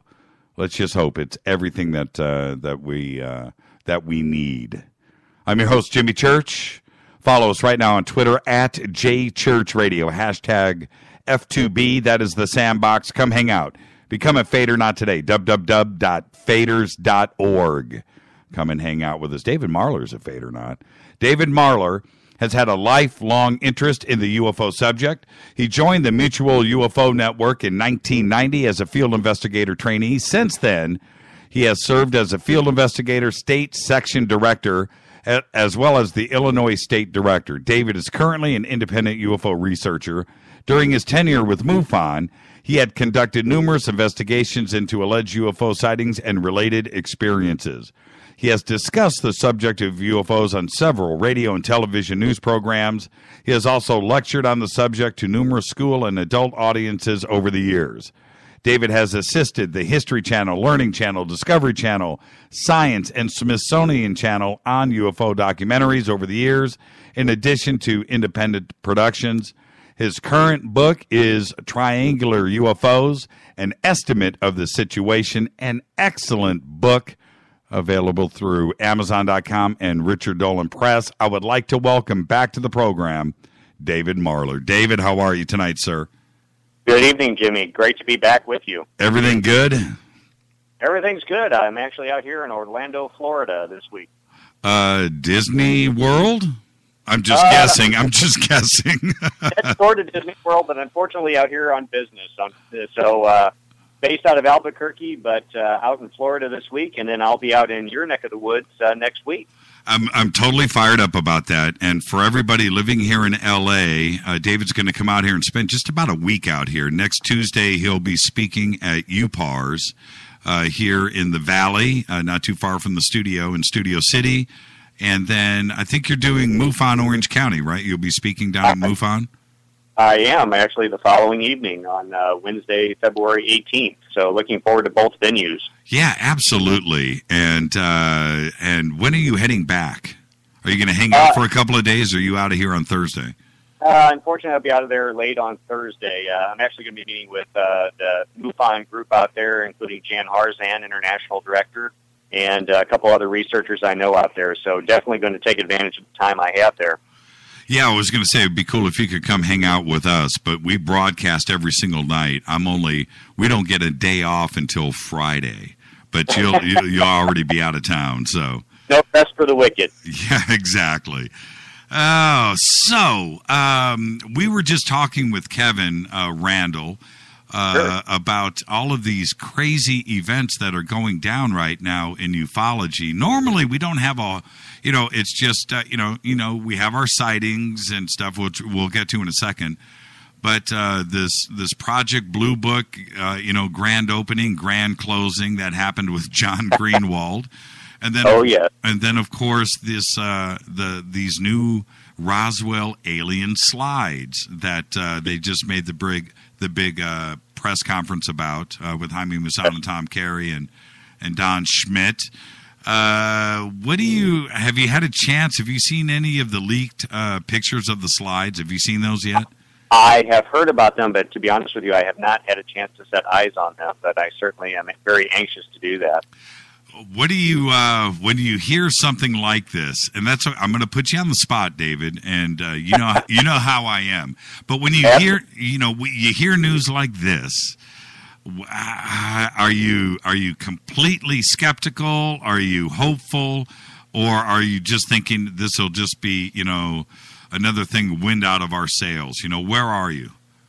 Well, I think if history is any predictor of future events, I'm entering into this with healthy skepticism. But at the same time, obviously there's hope. I mean, we never know when information that is credible is going to surface through unusual means. But in the wake, obviously, Jimmy, of the alien autopsy fiasco back in the 80s, I mean, we need to be very cautious as researchers. And, of course, I know Kevin, or I know, Don and Smith, Tom, sure. Well, absolutely. And so I know he's going to be approaching this in a very methodical manner and being very objective. But, certainly the hope is there. But I think as UFO researchers, we need to be very cautious in what we do and the information that we're being presented with. And there has to be a proper vetting process, obviously, that goes into that. But let's be honest, Jimmy. I mean, as far as UFO researchers go, there are many skeptics. There are many people, even within the UFO believer camp, if I can use that term, that are more than willing to throw a red herring out there just to basically enjoy seeing us as researchers have egg on our face. Sure. So I think we need to be very cautious, especially with information of this nature when examining it. But I mean, I certainly wish Kevin Randall all the best. He's a very good friend and colleague, and so it's going to be very interesting to see how this story does develop over the ensuing weeks. Did you? Don't laugh. Did you buy the Alien Autopsy DVD or videotape? Were you one of those? I was. I was, simply because there was so much discussion, and as you recall, and my God, I hate to do the math on how many years ago that's been now. There was so much discussion, and we were only being teased with little teasers here and there, a snippet here, a snippet there. And to be honest with you, I was even skeptical at the time, but just out of morbid curiosity, kind of like driving past a car accident, I had to see it. I had to see what all the furor was about. And so I'm embarrassed to say I actually did purchase the VHS tape, which I still have. And it's just again, and I'm sure some of the listeners out there may be some that believe it, that accept it as a reality. And admittedly, all of us individually, both you, I, and the listeners, have to really have our own threshold of belief or acceptance when it comes to this material. I'm certainly not going to judge those that think it may be authentic, but in my estimation, it's just one in a series of red herrings that have been thrown out there to really discredit not only UFO researchers, but the UFO community in general. Well, I'll admit it right now. I think I've done it on the air before when I had Philip Mantle on, but who thoroughly debunked the alien autopsy video. But I had an alien autopsy video party. Okay, I ordered. I didn't buy the VHS. I ordered that VHS from Tower Records. Ordered it, paid for it in advance, and when I got it, I remember Tower called me and said, "Okay, it's here," and it was there on the day the release date. And I had, I don't know, maybe 5, 6, 7, 8 people over at my house. And we all plugged it in and watched it for the first time together. I had no idea what I was about to see, or anybody else. And so, as I watched it, I felt embarrassed because I wanted, and I kept watching it. And as it was moving along, it just came more and more apparent that it was bogus. And I think all of us at the end of that video, because we all wanted it to be the real deal. Wow, here it is. We're still looking for that smoking gun. And we got to the end of that video, and I think we all looked around and was like, well, that was a big bag of, Well, it's sad. And, like so many things in the UFO field, that was purported to be actual film footage, but to no surprise, we were never ever given samples of the actual film itself. It was simply the digital recordings purportedly off of the film, and similar to another area that certainly generates a lot of controversy today, similar to the MJ-12 documents. Sure. By the way, were photographs of purported documents, and again, we were never able to have the actual documents to do any type of forensic work. Right.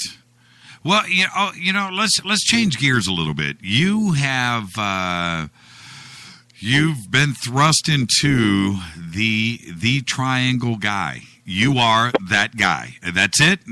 You're the guy that whenever we're referencing now, it's always funny. Well, David Marler said in David Marler's book, in David Marler's excellent book. I had Richard Dolan on the show, and it was Richard. And then maybe about 5 or 6 months ago, I had somebody else on, and we were talking about black triangles. Also, Chase Kletzky was on, and we were talking. Oh, absolutely. And every time we get into the black triangles, everybody go, well, if you look at David Marler's book. So you are that guy now. It's very, it's still somewhat surreal, never having written a book, this being my first one. And I think as we talked about before when I've been on the show, Jimmy, that was the whole real reason to write the book, simply because, to me, there were stories out there on the Internet. There were various cases being written up by MUFON investigators, independent researchers, magazine articles, but nobody really had done up to that point a serious book dedicated with, as I like to say, laser focus specifically on triangular UFOs, not just writing about them, but developing a working profile based on 65-plus years of reports of these things. And again, to that point, the fact that there was this rich history, which nobody really had touched on up to that point. A lot of comments being made by armchair researchers out there on the Internet stating, well, this is relatively new to the UFO phenomenon, therefore it must be military. And, as I'm hearing these comments, reading those statements on the Internet, I'm literally surrounded, because I have a huge private library on the subject, and I have numerous news clippings and military reports of triangular UFO reports going back to the 40s, the 50s, and even some that are sketchy reports, but that go back to the late 1800s. So I just felt compelled to kind of set the record straight, so to speak. What is it? Well, I have 2 questions. what is it with the sightings? Because I've had my own black triangle sighting that I photographed myself, so I know what I saw. But what is it with the amazing amount of black triangle sightings going up to this very day? And the next question is it us or them, or is it both? That's the $64,000 question I get asked at every lecture that I give. Let me answer the second one first, if I might. I really think, and this is just being completely honest with you and the audience, in order to be completely 100% honest, I'm forced to conclude that we're probably dealing with a combination of both. We have historically triangular or delta-shaped aircraft, the B-2 stealth bomber, the F-117A stealth fighter, and those are just some of the ones we know of. I'm not arrogant enough, David Marler is not arrogant enough to sit here and say, I know what we have and what we don't have. I don't. Obviously, these are classified projects. They're top secret. And a lot of, research has been done in the aviation world trying to understand what is the level of technology today. So I can't sit here and definitively state that we do not have aircraft that can resemble these objects, that can perform flight dynamics that these objects perform. Right. But at the same time, even if we do decide to go down this hypothetical line of thought, as you know, Jimmy, probably more than anybody else, we are receiving hundreds of these reports documented worldwide. And when you look at the prevalence of just the modern-day reports and then look at the historical narratives going back at least to the early 20th century, I think we can look back to the 40s and the 50s with a fair degree of certainty and be able to ascertain what the level of technology was, what the state-of-the-art technology was at that time. And when we see craft that are behaving similar to modern-day reports, when we have large, silent, triangular platforms hovering in the air, then as well as now, we have to really take a step back as a logical, educated individual and ask the question, are these the same types of objects that were being seen then as they are today?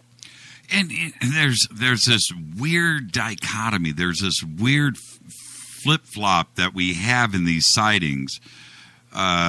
So many of them are of extraordinarily huge, traveling slow, 10, 15 miles an hour, 20 miles an hour, 100 miles an hour.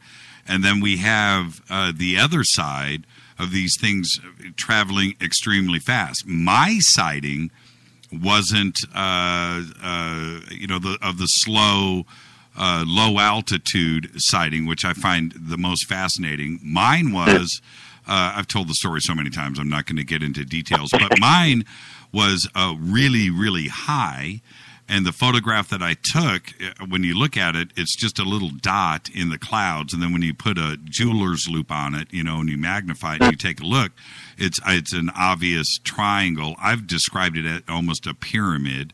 I think the flat side was moving forward. It was kind of weird. But anyway, what I saw ripped across the sky, I don't know, I'm going to guess and say 60,000 feet, some crazy altitude, and then stopped and then shot straight up into, and this was at like 3 o'clock in the afternoon, and then shot straight up into the blue sky and disappeared in what was just... I don't know if it was a second or two before it just disappeared and was gone. So that was the variety that I saw. I can't, and I can't explain it. And when somebody describes something like this, I have to take it at face value because I know what I saw. It was extraordinary. Well, and similar to your sighting, there was, in one of my lectures that I present on the subject, I share a news clip from a Wichita, Kansas news station. And this was about 3 or 4 years ago, and it's actually on YouTube. Your listeners can go and look for it. And it involves the story of a man that photographed a triangular aircraft that, again, was high altitude. And more importantly, what he described and what he photographed was this dark triangular aircraft that moved across the sky relatively quickly. He stated that there was no sound, but admittedly, just using your estimate, let's say it was 40 to 50,000 feet in altitude, you're not going to hear anything at that altitude. I didn't hear anything. And but more importantly, in this particular instance, it was a triangular object, very clearly photographed by this gentleman. But there were also contrails, indicative of traditional propulsion, jet technology. Sure. So, again, underscoring the fact that, yes, we probably do, in the mix of all these reports, have military aircraft that are often being sighted. Now, taking that in contrast to, say, the sightings over Belgium or the Southern Illinois case that I investigated back in January 5th, 2000, right, where individuals, multiple individuals, are reporting low, hovering, large triangular objects and estimated altitudes of 500 to 1,000 feet. That is something radically different that we're talking about in that instance. Well, and the other point that I think needs to be driven home is certainly going back to the early 20th century, mid-20th century, those Southern Illinois sightings. Could those have been advanced aircraft that we were developing at Area 51? It doesn't feel that way, because in 1967, now we're talking about some really extraordinary. Today in 2015, okay, anything's possible, right? All bets are off. Yeah, all bets are off. But in 1967, with the descriptions that not only are in your book, but the last time you were on the show, we talked about a couple of different sightings that were in the exact same area, 10, 15, 20 years apart, but they were describing the exact same craft, not only in dimension, but the windows and the back end and the lights and how it those sightings are 20 years apart. So that just begs to say that, hey, that was probably them and not us. Exactly. And, and again, not just the description, but the flight dynamics. Many of these reports, one of the more unusual characteristics, and that's why I often get asked, well, what's one of the more unusual characteristics, Dave, with regard to these triangles? One of the facts that I brought up with a number of aviation experts, the fact that many of these triangular UFOs, both modern reports as well as cases from Project Blue Book going back to the 60s, describe these triangular UFOs moving with the flat side of the triangle as the leading edge and the apex of the triangle trailing behind. Like what I saw, yes. That just defies aerodynamics as we know it. Conventional wisdom would dictate that you're going to have a point or the apex of the triangle cutting through the atmosphere. And in some of these cases, they're describing the exact opposite. Again, both modern reports in some cases, as well as looking back in the 50s and the 60s. When you wake up in the morning, do you have a black triangle search engine? You're looking for reports?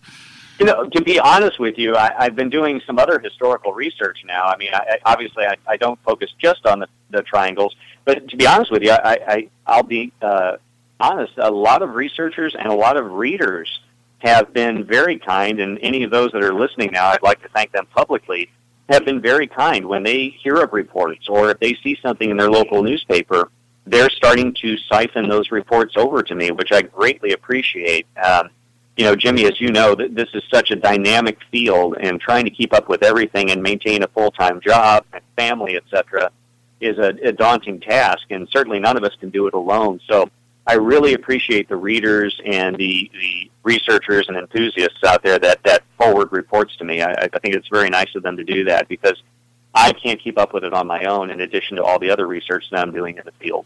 Well, now that we're there, before we move on, what's the best way to reach you? Well, I'm actually in the process of developing a website, so I don't have a web address yet.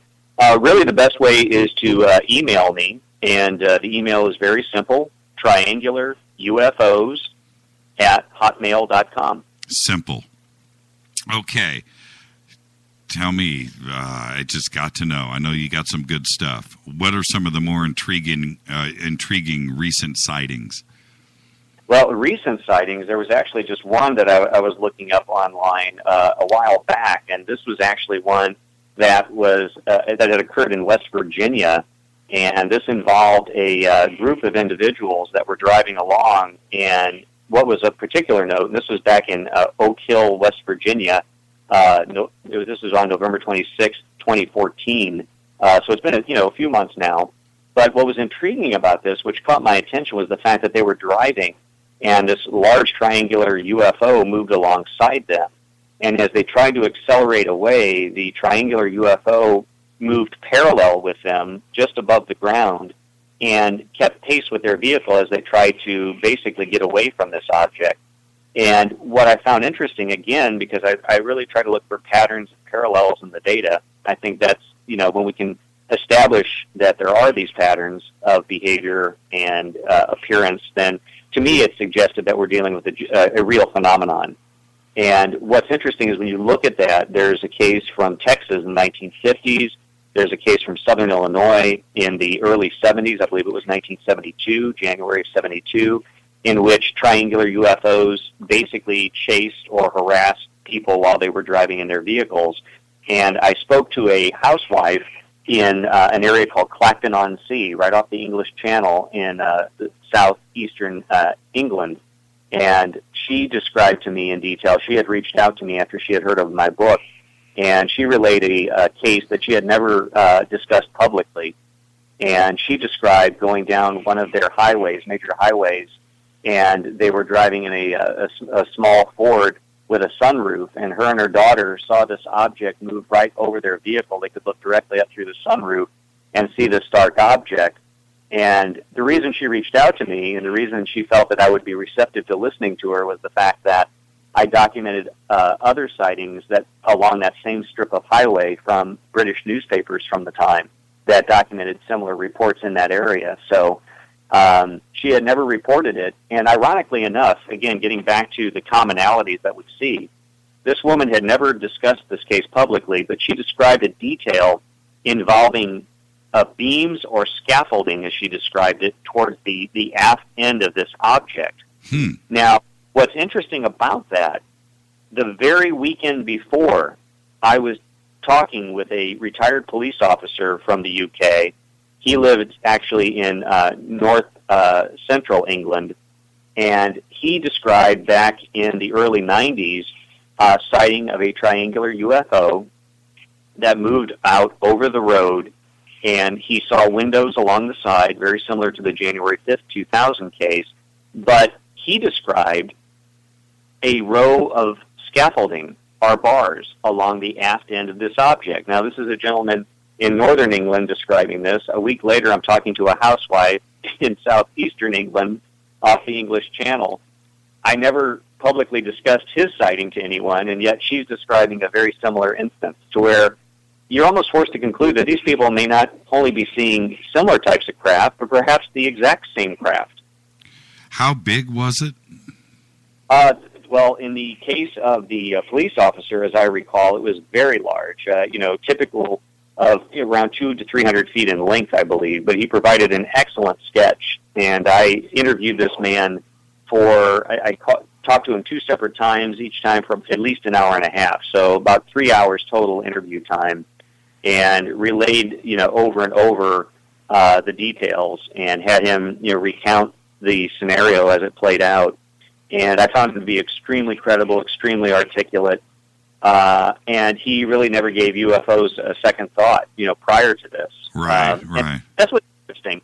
A lot of these individuals that come forward, they will be the first one to tell you, prior to this, I either didn't give UFOs a second thought, or I thought people that reported UFOs were crazy. That always does seem to be the case. It's I have to say, my triangle sighting, I didn't see any scaffolding, but my triangle sighting happened so quick that it was up so high, I didn't know it was a triangle. It was just a black dot that was moving across the sky. But I remember 6 months later, once I developed the film and I was looking at the picture, I was like, oh, there's that black dot. Oh, that's right. And I had forgotten about it. And when I looked at it, I was like, it's a friggin' black triangle. Whoa. Because, and at that time in 1995, the Belgian wave was still what everybody was talking about, and the TR-3B and I was like, wow, I saw one too. these people aren't nuts, you know, and that's the only way I could kind of relate to it. But this black scaffold or the scaffolding description, I find very, very curious. Now, have you had anybody with a scaffolding description over here in the United States? Well, the case I mentioned earlier, and this just popped in my head, the case from 1972, very close to Scott Air Force Base, by the way.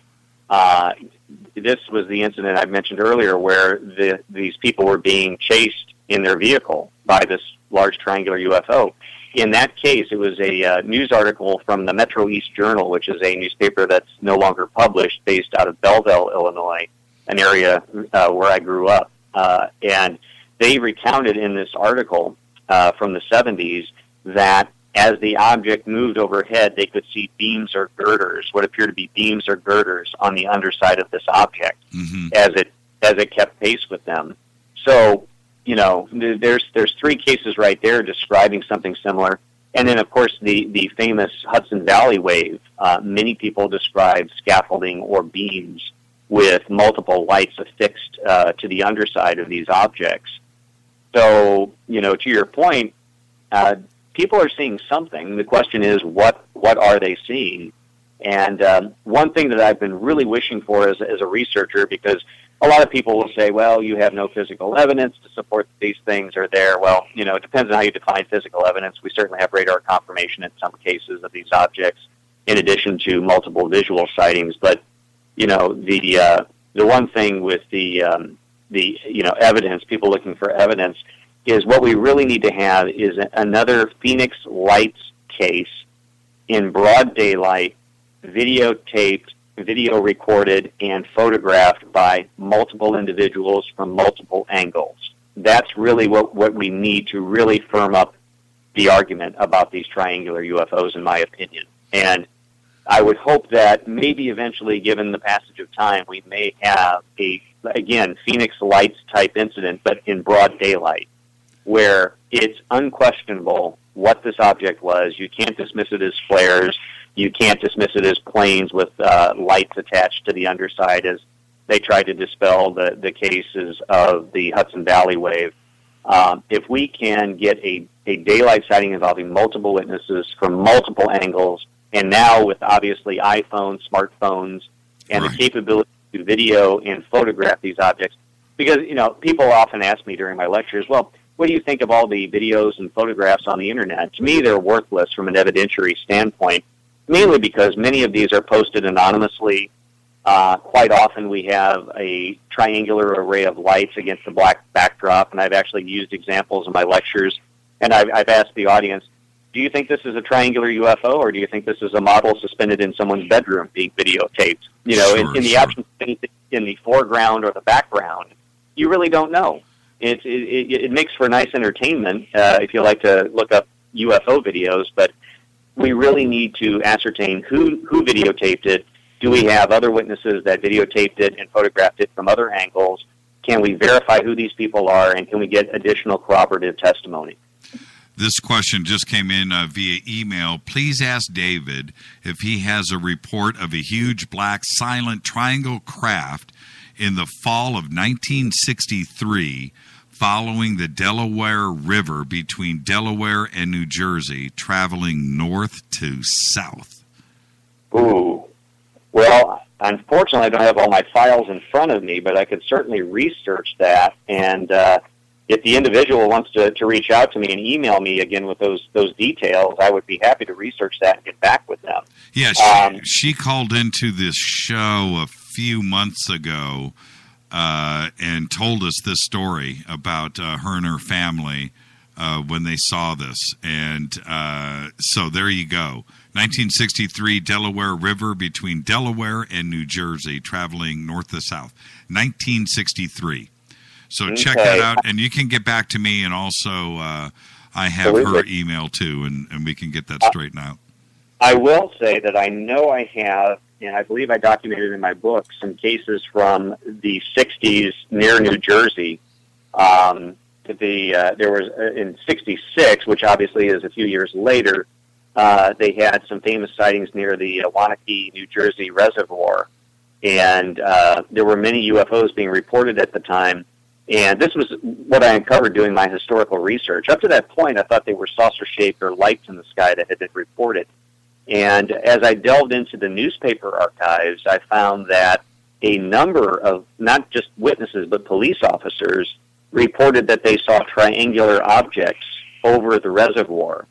And it also goes on to state that other sightings in the area had also been reported involving triangular objects. And then later, the fall of that year, additional triangular UFOs were reported by civilians as well as police officers. So I'll definitely look into the 1963 and see what I can uncover with regard to that. And I'm in the process right now, Jimmy, of trying to organize my library. I've got some retired individuals that are volunteering their time to help me sort through all my case files because I have just a wealth of material, and obviously there's so much information that it's more than I can contend with. So I'm not someone that's ashamed to say I need some help. We all do. There's only so many hours in the day. That's right. This is Fade to Black, bespoke radio for the masses, only on the Game Changer Network. I'm your host, Jimmy Church. We are talking to Mr. Triangle, David Marler. And it's going to take a while, David, before you shake that moniker. So, just go with it. Be proud. Okay? Better a triangle than a square. Yeah, all day long. I've got a bunch of questions lined up here on Twitter. Follow us on Twitter, @JChurchRadio. Hashtag F2B, that's the sandbox. Any questions for myself or David? It's hashtag F2BQ, that's Fade to Black questions. And I've got a bunch lined up here in a row. First one, why do a lot of the triangles have helicopter escorts? The one that I saw was near Fort Hood and had 2 black helicopters. Well, there have been some reports of that, but there haven't been many. When you look at the number of reports, the sheer number of reports, the vast majority do not have helicopter escorts, but I have certainly heard of a few cases where that is the case. And again, that may be suggestive that, again, some of these are military, very similar to the Cash Landrum UFO case where the UFO or purported UFO was being escorted by Chinook helicopters. So I can't rule out the possibility that maybe these are involving military assets. Did I open up the phone lines? Well, I just picked up a line. Hello? Yeah, hold on. You're live with us. Hang on for a second. Might as well open up the phone lines. 323-825-5045. You have any questions for David? Or you can Skype in, Fade to Black 14. Hi, you're live on Fade to Black. Say hi to David Marler. Hi, David. Hey, this is Josh from Texas. I was calling. I was talking last time about Stephenville. Oh, yes. Hi, Josh. How are you? He's from Stevensville, David. Stevensville. Excellent. I was calling. One of the things was that I had this little business going on, and there's a lot of rural clients, and about the triangle UFOs that I had a client that came in, had 2 little girls, and they talking. She was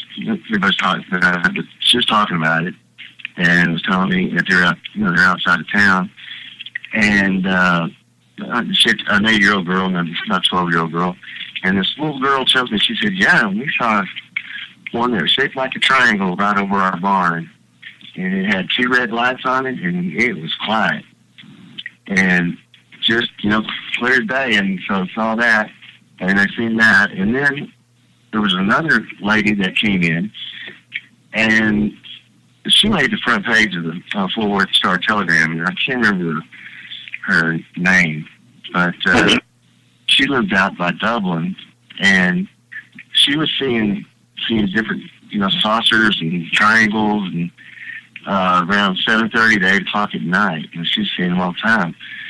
And her husband had a business in Stevensville, and she was telling me that she was telling her husband about this, and he just about thought she's crazy, and was really wanting to go get psychiatric help. And anyway, something happened where she went and picked him up from work, she said, and was driving home with him, and sure enough, above was one of these triangles about right above the telephone poles. And anyway, he seen it and flipped out and told her, baby, I don't probably get it. He said, I'll believe you. And so, did you have a question, Josh? Did you have a question for David? Yeah. Is it possible? Well, with the triangles, this is my thought. I kind of think that, I don't know, get what you think on this. I think it's kind of both. I think it's extraterrestrial and military. Yeah. And I would be inclined to agree. Yeah, I think that, again, we may be dealing with military hardware in some of these cases. Again, some of these seem to look like triangles, but the maneuverability is suggestive of traditional jet propulsion in many cases. There's, of course, stories of this TR-3B craft, which, for the record, there's a lot of discussion out there as if this craft exists, but we have no more evidence that exists any more than these triangular UFOs in the form of official documentation or hard physical evidence. Thank you for the call, Josh. Thank you. Thank you, Josh. One of the questions that I have, I think we all do, David, is, and that phone lines are open, 323-825-5045. You might as well leave them open. 323-825-5045. It's not the fast-moving stuff that I freak out on as much. It's the slow-moving humongo craft that freaks me out, because now we're taking away airfoils, we're taking away modern propulsion. Absolutely. Unless it's a big blimp that's shaped like an Imperial death cruiser. But right. So what is it when we're talking about that? That is a little bit different. Does it feel different to you? It does, and to your point, Jimmy, one of the other things that we also see the absence of is any type of downward thrust. If this is some type of helicopter that's hovering, then we're going to hear a lot of sound. We're going to hear a lot of displacement of air. We're going to see that downrush of air. We're going to see disturbance of the environment. And what we don't see with that subset of reports, to your point, is the fact that the atmosphere is not affected.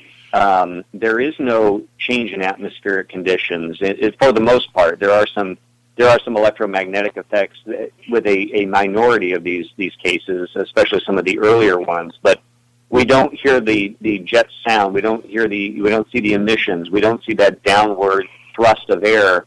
Now, to your point, blimps, lighter than air vehicles, quite possible. There's another purported craft. Again, we have no evidence to substantiate that this exists. It's sheer speculation. But, back when I first investigated the January 5th case, I speculated that, well, there's this object known as the stealth blimp that had been written about in Popular Mechanics.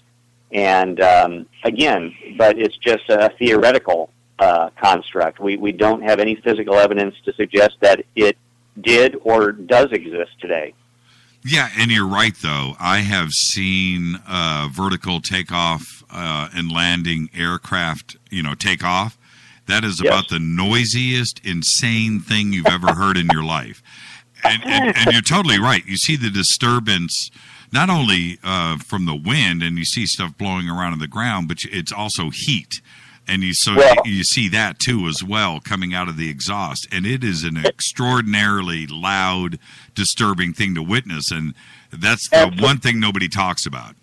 No, and Jimmy, to your point, I'm glad you brought that up, because I've seen the Harrier jump jet many times at air shows over the years. Me too. And one of the aviation experts I interviewed for my book was Professor John Allen, who had worked with British Aerospace for decades, and he even worked with the A.B. Rowe Corporation back in the 50s, and he was just an absolute joy to interview, and he had seen the evolution in aviation from the end of World War II all the way up to the present day, and is a prominent lecturer, even though he's retired still, in the UK. And it was so funny because I was relaying details of these triangular UFO reports, and there was one specific case, and I believe it was from the 1960s, And he stated, well, in this particular instance, it's quite possible what these people observed could have been, as he stated, one of my Harriers, because he was one of the chief engineers for the Harrier jet. And he said, I think that based on the description that that's what they saw. And I said, well, but how do you resolve the fact that it was hovering an estimated 500 to 1,000 feet above them, and it was completely silent? And he hesitated for a moment. He goes, well, if it was that low and that silent, that doesn't sound like one of my Harriers. And I loved how he said my Harrier. Right. He took special pride in being, one of the chief designers on that. But I thought that was especially interesting when you mentioned the vertical takeoff. In your interviews, have you talked to many experiencers? Not. I mean, I used to do abduction research back in the 90s, but I didn't do it with the triangles, and that's something else that often comes up in my lectures. People say, well, I noticed you didn't touch really on the abduction phenomenon. And to be honest, the focus of my book was looking at the historical reports.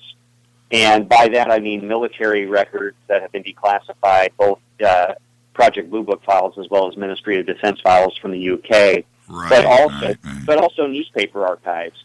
And let's be honest, in the 40s, 50s, 60s, and really probably until the early 70s, you didn't hear of alien abduction accounts publicized really in the newspapers or in the government files. They were more specific to just sightings. So I didn't focus too much on that, although one of the contributors, Mr. Omar Fowler, who lives in Derbyshire over in the UK, he did some of the initial research on triangular UFOs and wrote a couple of very nice monographs, which actually sparked my interest and encouraged me to take that research even further.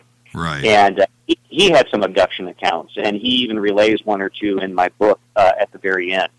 Well, this comes in from one of our producers, Renee, and she said when you were doing your research with experiencers, did you notice a higher level of acceptance among female contactees than male? It's been several years since I've done that, but I would say, based on my recall, yes. And I think a lot of that, if I were to speculate, I mean, my background, my degree's in psychology, I think a lot of that comes down to the fact, very similar, and if I may just use this analogy, not to say that necessarily all alien encounters can be compared to this, right? But look at rape. And, as surprising as it is, yes, men can be raped. There are cases that are documented. Right.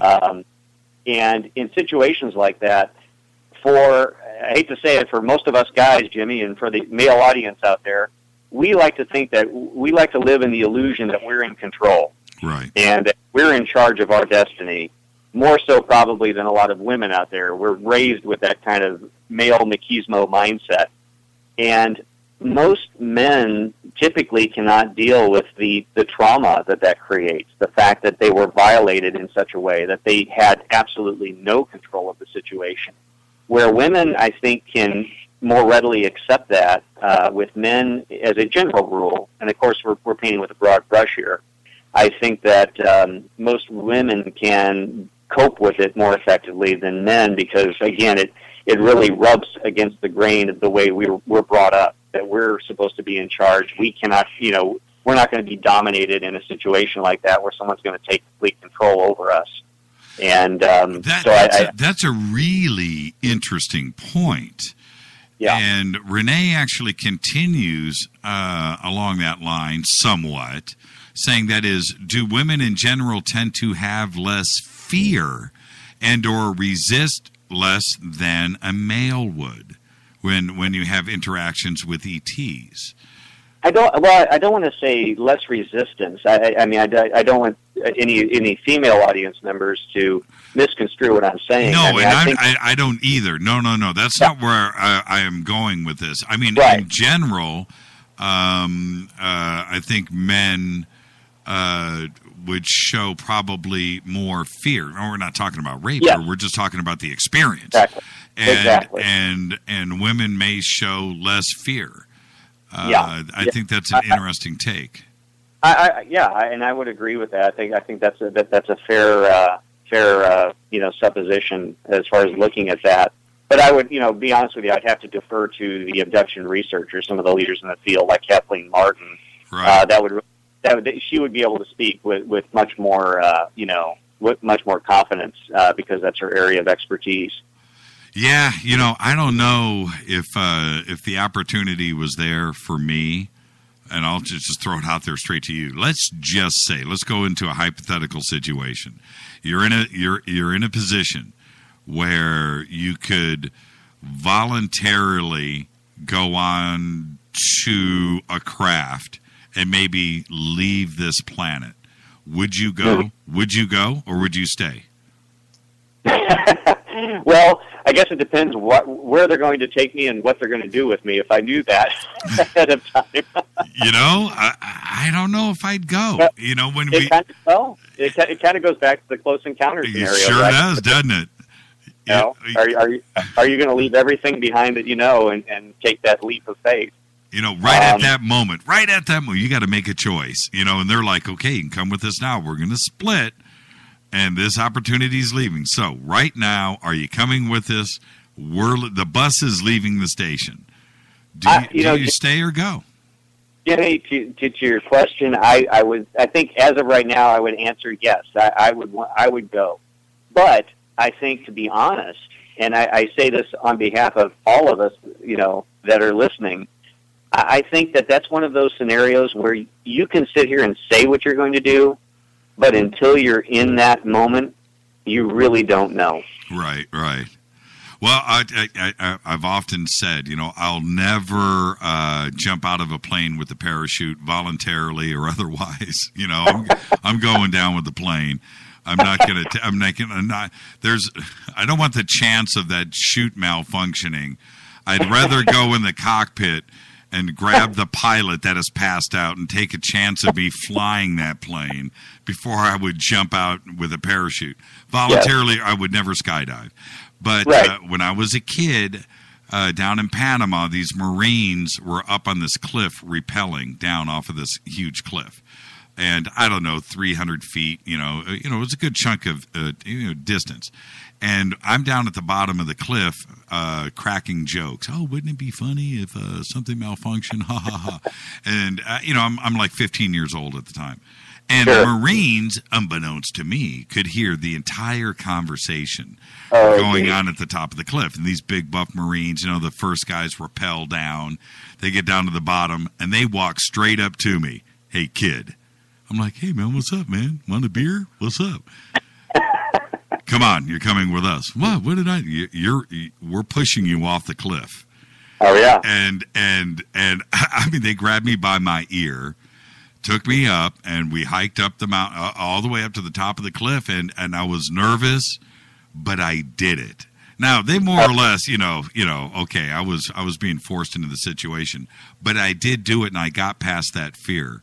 Absolutely. I might have had a little pee on me somewhere by the time I got to the bottom, but I did it and I got past that fear. It was crazy and it was insane, but it wasn't voluntary. I'm just going to say you're talking to someone who did voluntarily actually do just that. In the late 80s, early 90s, I had some friends that were into rappelling, and down around Columbia, Illinois, along the Mississippi River Valley there, we went up to some cliffs, and they said, do you want to go with us? I said, you know what? I'd be interested in trying that. So, and surprisingly, I thought I was going to have all these trepidations, this nervousness, and by the time we hiked up, to the very top, and I watched the first few guys go down, I'm like, okay, let's do this. And I had no hesitation. I guess I put a lot of faith in those guys, but it was a blast, and we did it, several times after that, and it was a thrill. Well, the Marines with me, they definitely made sure that I was secure, that I was, I had everything on right and was correct, and they walked me through this. But I'm telling you, they made sure I was going over the side, right? And there was no doubt about it. I couldn't talk my way out of this. But what I did do, and you're right, the original shock of leaning over the cliff and then looking down, 300, 400, 500 feet, and it's straight down. Your adrenaline takes over. But I started going down, and once I kind of got the hang of it, the release of the ropes and how but you're in control. But absolutely. The next thing you know, I'm just like trying to be Mr. James Bond, and I'm kicking it out and trying to get some speed up and stuff. But I got over it, but I only did it the one time. I did not go, hey, that was cool. I'm going to go do that again. That was all right. No. I was good with that one time. But I got over that fear. I really did. And I couldn't believe I was free-forming like I was about halfway down. But again, I'm telling you, it wasn't voluntary. I would have never done that unless those guys pushed me. Okay, let's get back to Twitter. Let's see. There's so many. I don't know if I should go to the bottom or the top. Let's see. Why is the Central Valley of California called Triangle Valley? Ooh, that's a good question. I think I mentioned to you earlier last week, I've not been out to L.A. yet, so I was unaware that it had that moniker. Yeah, it's crazy. It's you have the flight path possibly of Area 51. You have the Mojave Desert. You have Edwards. You have all of these Air Force bases that are out here that could be going along that flight path all the way going back to, I don't know, Kansas and back across. I don't know, but there are, it seems like, I don't want to exaggerate, but it seems like we have a black triangle sighting a day out here. Which is no joke.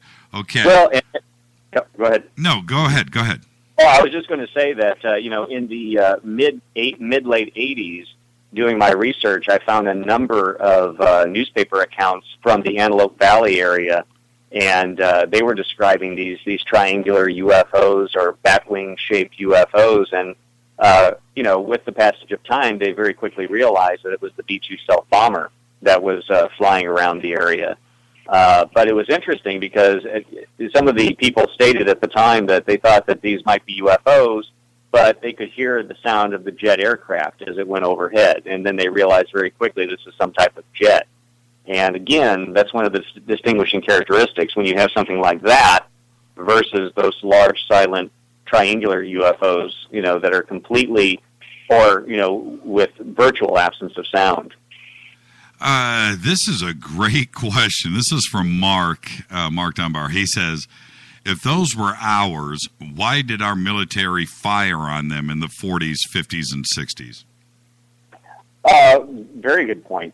Very good point. And just to take that even one step further, why are we spending millions of dollars test flying ramjet, scramjet vehicles that, by all accounts, are completely inferior to the technology that these triangles are performing and exhibiting?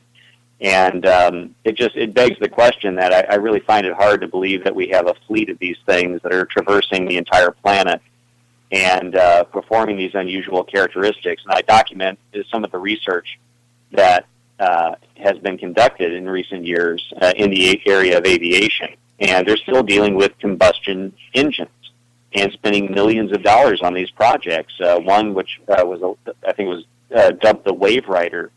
It was a multi-million-dollar project, and it failed. The object broke up in flight. Why are we dealing with that if we, again, going with some of the narratives, purportedly have these TR-3B advanced aircraft? It makes no sense whatsoever. And isn't it interesting that we're seeing these triangular UFOs over populated areas or rural areas, but we're not seeing them in broad daylight or at night over military theaters such as Afghanistan and Iraq and Jordan and these areas of turmoil? If we have these assets, we would be using them. You made me think of something. I remember I was at an air show, and they do a B-2 flyby. And so we're waiting, and I'm listening to the guy, the announcer in the tower. Okay, here it comes. Everybody look to your left, look east, or whatever, right? And I'm waiting, and I can't see it, and I can't hear it. And he's like, okay, here it comes. It's right. And I'm like, what the heck is he talking? I don't see it. When I finally saw the B-2, it was almost on top of us. Yeah. It was so thin, you know, and I'm looking at it straight on at its nose. And it was probably a mile or two away, but it was so thin. I'm serious, man. You could not see it against the background. It is, you know what I'm talking about? It's paper thin, man. I experienced the exact same thing during one of the All-Star games in St. Louis several years ago. A B-2 was going to fly over, and I knew where it was going to be coming from because I could see it circling over in southern Illinois, getting ready for the right time for it to cross the Mississippi and go over the stadium in St. Louis. And so I kind of had an idea, you know, which path it was going to take, and I positioned myself perfectly on the shoulder of one of the roads there and got out of my vehicle. And exactly what you described, Jimmy, I saw this black line, and that's all it looked like, moving towards me. And then the next thing I know, it's zipping right over my head. And, you know, obviously it was the B-2, but it was just exactly like you described. It was just this black line. And they have a way, I don't know how they've done it, obviously it's secret, but you don't hear those engines. And when that thing finally flew over us, I heard the wind cutting across the aircraft. You can hear that, just like when you stick your head out of a car window, you know, that sound. So I could hear that. I could hear the turbulence. I could hear the airfoils cutting through, you know, the friction of going through the air. But I didn't hear jet engines until it passed us. And even then, it was minimal. I was in shock on how quiet and what I was seeing. It didn't compute in my brain at all. Yeah, no, I agree. I mean, for, you know, if someone has not seen that, if they ever have a chance to go to an air show, I highly encourage them to see that. It's extremely impressive to see that firsthand. Let's get back to Twitter here. Okay. Have any of I know we kind of addressed this earlier, but in a sideways way. This is more direct. Have any of these triangular craft been associated with abduction accounts? Yes. I mean, I can't substantiate the claims, but there have been reports, as I mentioned, Omar Fowler, in his research in the UK, documents one or two cases in my book involving that. And again, subsequent to the book being published, I've had a number of readers and interested parties reach out and share their stories with me, you know, again, purportedly involving abduction scenarios involving these triangular UFOs. Again, the book didn't really focus on that, but as you can appreciate, Jimmy, I'm getting a lot of readers, a lot of people wanting to reach out and share their stories with me. So, you know, yes, the accounts are out there. Have I had the chance to interview these people to, you know, establish their credibility, et cetera? You know, no. I just haven't had the resources, especially, you know, the time. Sure. But yes, the accounts are certainly out there. Dan says, I am not following why these craft are considered such a mystery. I would consider the saucer and spheres of more interest. In that they're probably just ours. Well, I don't know if I'm following his logic there as to why he would deem, you know, one more prone to be extraterrestrial than the other. Again, if you look at the rich history of these things, this is not a recent development. These reports are not new. And like the flying disc, like the orbs, there's a rich history. And when you look at that history going back, you know, before powered flight, I might add, I think it begs the question, what are we dealing with here? And I don't think we can just arbitrarily dismiss it as all man-made aircraft. Yeah, who was the,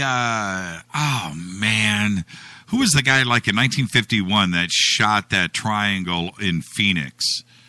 You're talking, was it 50? Oh, you're talking about the Lubbock Lights?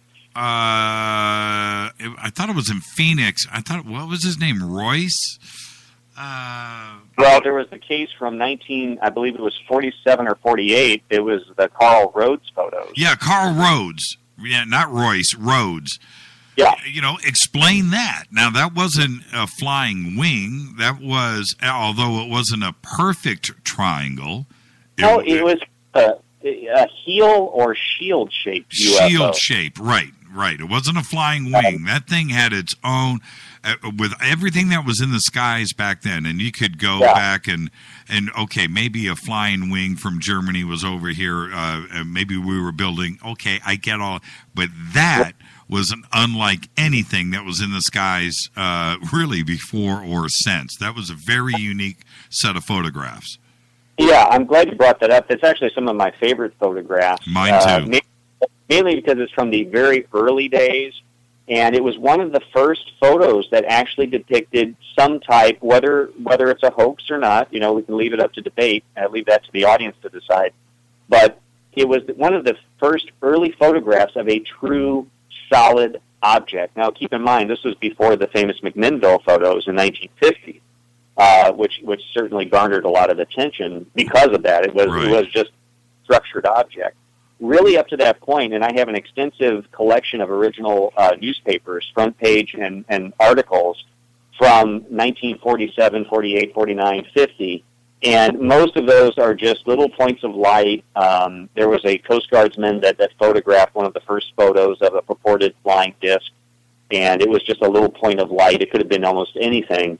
But, yeah, the Carl Rhodes photos were extremely interesting. What is particularly interesting regarding those photos is if you take that shape that he photographed and you compare it to the original sketch drawn by Kenneth Arnold, they're very similar. We certainly have seen the stylized, almost, crescent-shaped UFO that Arnold has posed with. But the original sketch that he drew was a far departure from that. It actually was very close to what Carl Rhodes photographed. Yes, crescent shape. And right now, if you want to see the Rhodes photograph, we have it posted up on Twitter. Thank you, Bob. That's how quick the Fadernauts are, David. Just like that. Bam! So I just retweeted it. Just go over to at JChurchRadio, hashtag F2B.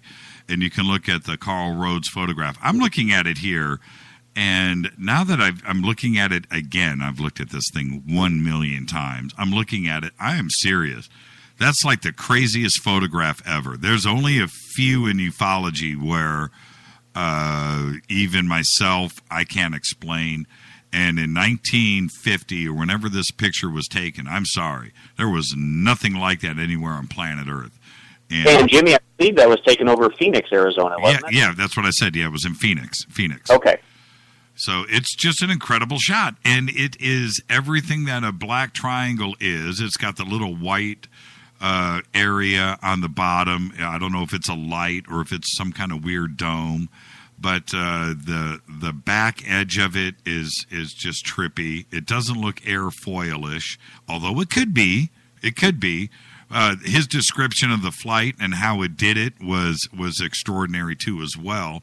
And the other part of the Rhodes photographs that nobody really talks about, that's like the first Men in Black, right, that were involved. They came, took the pictures, went back.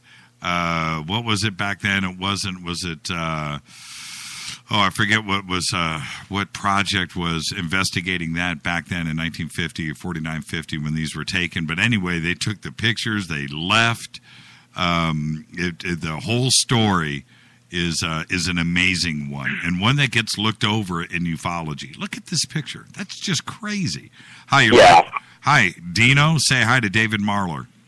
Hi, David. How you doing? Thank you. I want to ask you a question, but, it seems that the triangular craft are so much more techno and masculine. But when I really think about it, an extraterrestrial civilization would be better at curves. The saucer shape is much harder to achieve symmetry. So I guess I see things like so many people on the web, and I read books.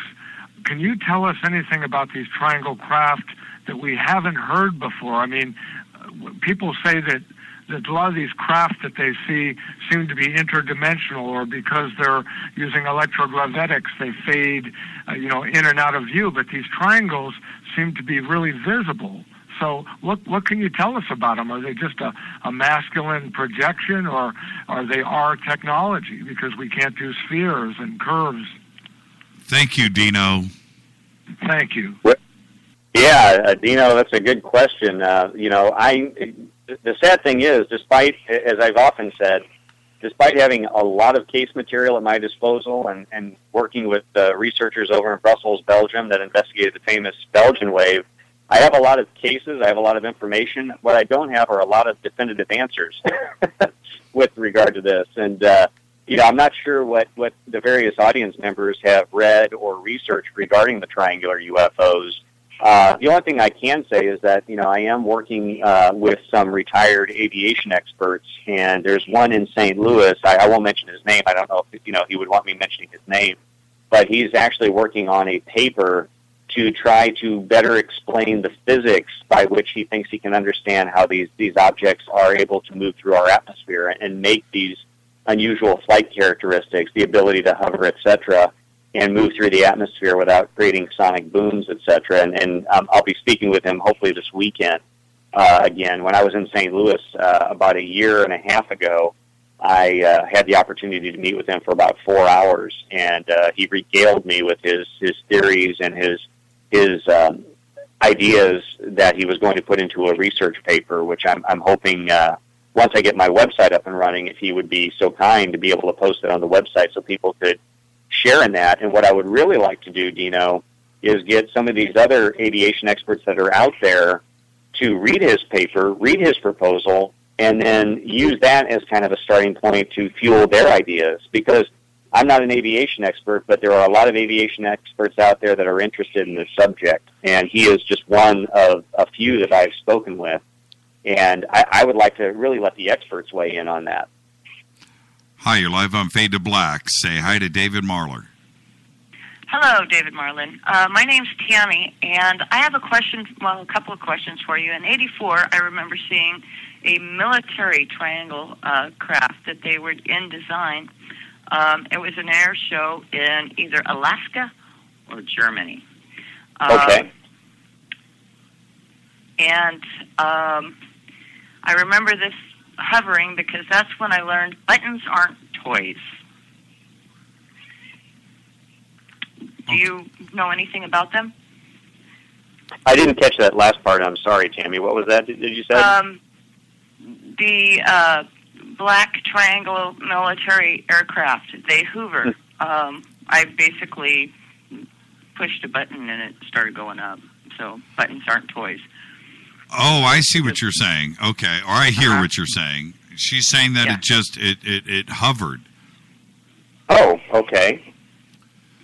I can't remember if it was in Germany or Alaska. We moved around a lot. My dad was a specialist for the Green Berets. So do you know anything about those? That I don't know. You might want to get a hold of a Michael Murphy. I haven't heard from him in 5 years. I know he was running, but he has some really good information. I'll email it to you. That would be great. I appreciate that, Tammy.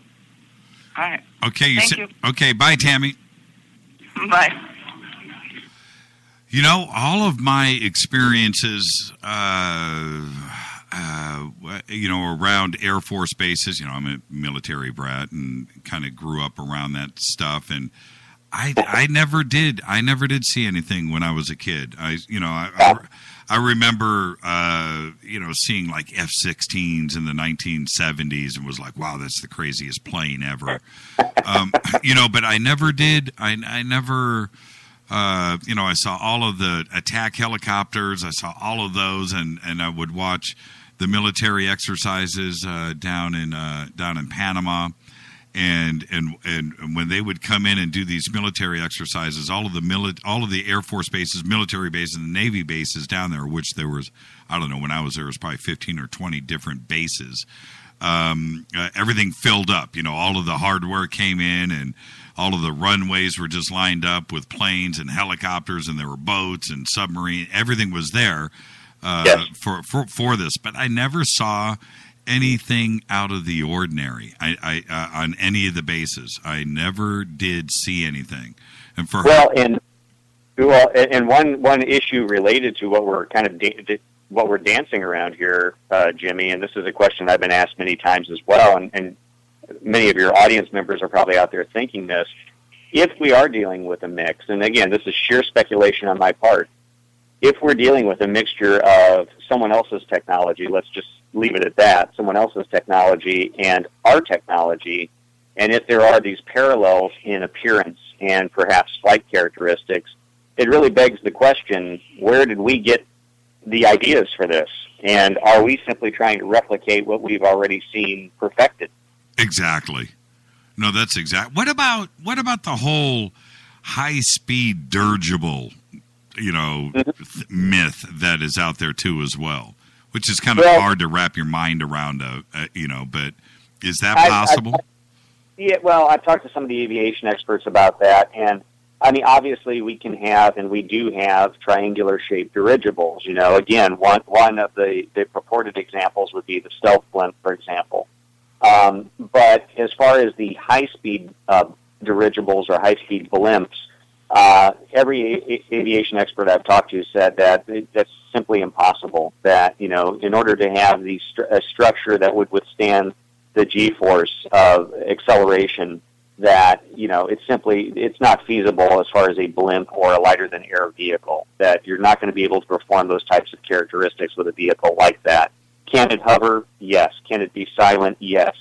Can you get those rapid accelerations, which the late Dr. Paul Ziss I interviewed shortly before he died for my book, and he was the local aviation expert in St. Louis, Missouri, who the local news affiliates in the St. Louis area contacted. Anytime there was an aviation story, they would reach out to him. He was the dean of Parks Air College at Division of St. Louis University. And so he was the resident aviation expert. Anytime there was an air vehicle crash of any type, they would often have him on television. And they asked him about, do you think this could be something military? And I think at the time he kind of hedged his bets. He didn't really commit one way or the other. But in my discussion with him about 2 years ago now, he did state that, based on his knowledge of compartmentalized classified projects that he was involved with, by the way, specifically in the area of advanced technologies, and now with the passage of, at that time, 13 years since the January 5th, 2000 event, I asked him, with all of that, do you think that was something military, or do you think it might have been someone else's technology? And he came down to the point that the simple fact that this thing could hover and then accelerate at a drastic rate of speed without creating a sonic boom, in his opinion, it was someone else's technology. Bob just tweeted. He says, the Rhodes pick, and I forgot about this. That's what happens in the heat of a live show. That was taken July 9th, 1947. Okay, I thought it was 47 or 48. I knew it was, like we said, it was a very early photograph of a solid structured craft or object. Well, a few days after Roswell. Okay. Well, and some of the Roswell accounts describe the vehicle, again, there's conflicting stories, but some of the later accounts described the object as being shaped somewhat like that. Yeah, exactly. Well, the famous Testers Roswell model. Correct. Very similar. Very similar to the Rhodes photograph. It was not saucer-ish. It was more craft-ish. Yes. If that makes sense. And Jimmy, a good friend of mine, a colleague and researcher from St. Louis, Missouri, years ago, I'm talking early, mid-'90s, he made an observation which I thought was really interesting while we're talking about Roswell and those photos. We were actually looking at the frequency of sighting reports from that time period. And Ted Bletcher, a veteran UFO researcher, wrote The UFO Wave of 1947. And he documented very meticulously the vast majority of reports, the frequency of reports. Right after the purported Roswell crash, there was a huge spike in UFO activity, which then tapered off in the ensuing weeks and months. And he made an observation which always stuck with me. He just looked at that and he said, so Roswell purportedly happened here, and right after that we get this spike in reports. And he made the comment and just kind of smiled. He said, almost like a rescue party. Object goes down, and you send out all your planes, you dispatch all your vehicles to go out and try to find or retrieve it. And I thought that was an interesting little piece of speculation on his part. Yeah, I've often thought the exact same thing. I mean, what happens when one of our planes goes down behind enemy lines? That's what we do, right? Absolutely. That's exactly what we do. Well, I make that analogy all the time, and we have to do this. And I not only on the show, but I was at the Conscious Life Expo over the weekend, and I found myself saying the same thing over and over again. People were coming up to me and asking me how I felt. You know, is it us? Is it them? Why would they be here? Why, you know? And I keep repeating the same thing. What do we do here? What do we do here? We send out probes to other planets. We're out there looking for other planets. We're looking to the stars. We have telescopes. We have, we've been to the moon. We explore. How can you not expect another species or race of beings out there on another planet not doing the exact same thing that we are doing? Well, Jimmy, in the absence of having actual contact with an extraterrestrial life form or, being an experiencer or an abductee, all we have to go on is human behavior. And that's the only basis that we can, speculate from. So, it's a logical way to kind of approach the subject, and ask the question, as you said, what would we do? That's it. We can't speculate. We can't speculate. No, we can't. How aliens think. We can't unravel alien psychology. But we do know with a fair degree of certainty where we are at, what we do, our patterns of behavior. And again, to ask the question, if it runs in parallel with the way we would behave, then this would be what we would do. Yes, exactly. And then I get the other question. Well, then how can you explain so many different alien races? They don't look the same. And I just throw it right back at them. Look, if you and I got on a ship and went to another planet and stepped off of it, you would get me, the fat white dude with black hair, and and I'm 6 foot tall, and you're the skinny black guy, and you're 5'1". What are they going to think? What are they going to think? And what if we walked off that craft with a dog with us in tow? No, absolutely. What if an extraterrestrial suddenly appears in the middle of the United Nations? General Assembly. What is he going to see? There's going to be a wide variety of people there. A very wide variety. It would be like the bar in Star Wars, if you think about it, so it's just so funny. Thank you, David, for coming on. I'm excited for you being here next week. I'm sorry that I can't be there, but for everybody, UPARS in I think we have the links up for UPARS on JimmyChurchRadio.com, but UPARS is right here in the San Fernando Valley in Studio City. That's Tuesday night. David will be speaking there. I think it starts at 8. Get there at 7 and hang out. It's a good time. And, of course, I'm speaking for you now. You're going to do question and answers after the presentation. And there's always a couple of hundred people there. It's always a good event. I wish I could be there and hang out with you. And then, of course, MUFON, which is the next night, Wednesday night in Orange County. Yes, at 7:40 p.m. And what city is it in Orange County?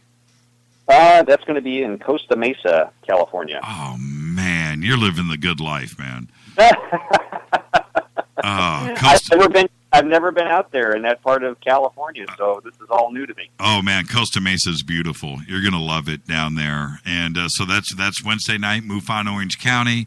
Of course, you can go to the MUFON website for information on how to attend that event in Costa Mesa. But have a good time here next week, my friend, and we'll be seeing you soon. Always a pleasure. Thank you, Jimmy. You got it, David. Thank you, David. Take care. Good night. David Marler, everybody. David Marler, Mr. Triangle. I'm telling you what. Another great night here on Fade to Black. I am going to take a quick break, and I'll be back. Let me look at the clock. Maybe we'll run late. I'll take a couple phone calls. This is Fade to Black, only on the Game Changer Network. I'm your host, Jimmy Church. Follow us on Twitter, @JChurchRadio. Shoot me an email, jimmy@jimmychurchradio.com. Phone lines are open, 323-825-5045. I'll take one more call before we wrap this night. I'll be back right after this. Stay with us.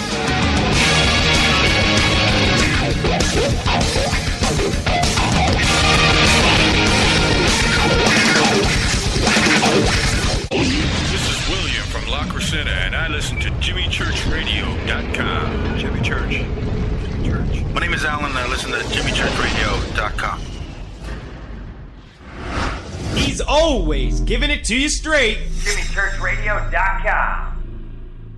Hi, this is Rob Reiner from Anvil, and you're listening to JimmyChurchRadio.com. What's up? I'm Chris. What up? This is Kyle Massey, and you're listening to Jimmy Church Radio, The Revolution.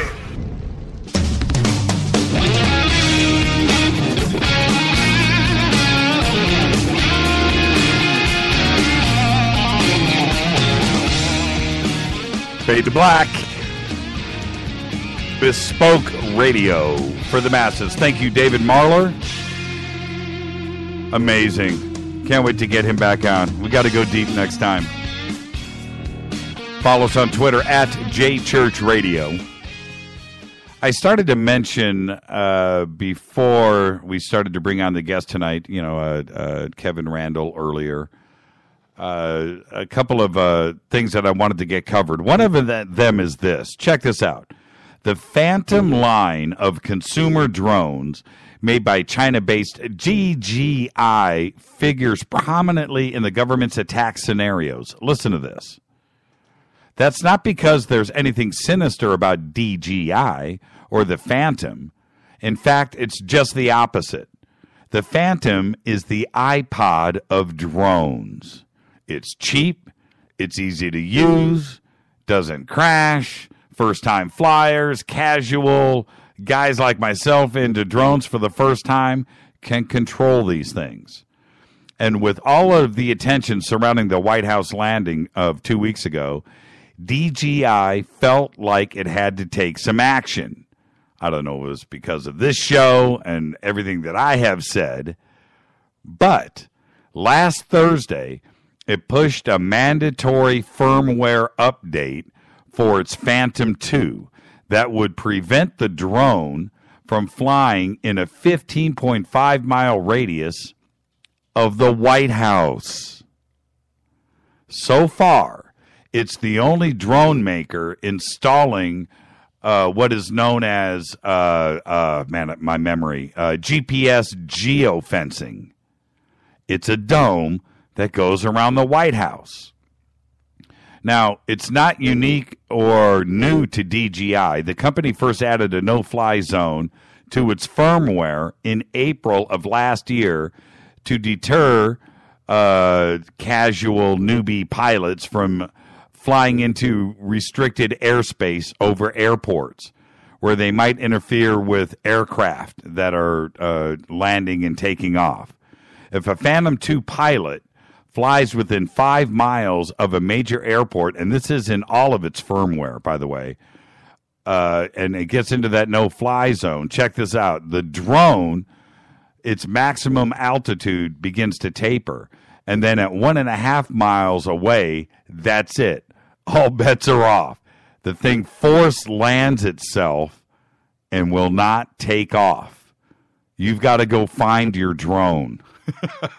So if you want to go pick up a free drone, go about 1.5 miles outside of every airport, international large airport, and just look on the ground and see what you can find. All municipal airports are protected by smaller zones, but the big ones have a larger zone that's about 1.5 miles out. But it's all programmed into the drone's firmware and cannot be overwritten. It made me feel a little bit better that somebody is taking action. There was one other thing I wanted to talk about. I can't. Yeah. The swarm of earthquakes that I've been talking about over northern Oklahoma. The U.S. Geological Survey says that 4 earthquakes have been recorded around Cherokee and Helena since last Wednesday, including a magnitude 4.3 quake about 5 miles east-northeast of Cherokee at 9:08 a.m. last Thursday. Alfalfa County Sheriff's Department Office Manager Amanda Coots said that the earthquake damaged parts of the courthouse in Cherokee. Coots said that plaster is peeling off of interior walls, and there is damage to the ceiling on the building's 3rd floor. This is in Oklahoma. No injuries were reported. The USGS says that 3 other earthquakes ranging in magnitude from 2.9 to 3.8 have been recorded in Alfalfa County since about 10 p.m. Wednesday. That is nuts. Oklahoma. Is it fracking? Is that what it is? Do we need to... What are we going to do if we get like a fracking quake of like a 7.0, a 6.0 in Tulsa? Think about that. Dallas, San Antonio, anywhere around. It's just nuts what's going on. I don't know if it's fracking, but it seems to me that something is going on. And I think somebody quickly needs to answer for this. Money is not worth, oil resources, natural gas resources just aren't worth somebody seriously getting hurt. Absolutely nuts. And with that, we'll bring another evening of Fade to Black to an end here on the Game Changer Network. Thank you for everybody that called in. Thank you to Kevin Randall. Great stuff as always. Thank you to David Marler. Fade to Black's executive producer is Rita Kamarian. Show is produced by Hilton J. Palm, Mark D. Kovar, LJ3, Renee, and Jonas. Announcers are Steve Harder, Gene Vito, and Mark D. Kovar. Fadey by Dale. Webmaster is Method of Signaling. Music, Doug Aldrich. Intro, that's right, Spaceboy. SpaceboyMusic.com. Fade to Black is produced by KJCR for the Game Changer Network. I am your host, Jimmy Church. I'll see everybody right here tomorrow night on Fade to Black. Behave, be well, see ya.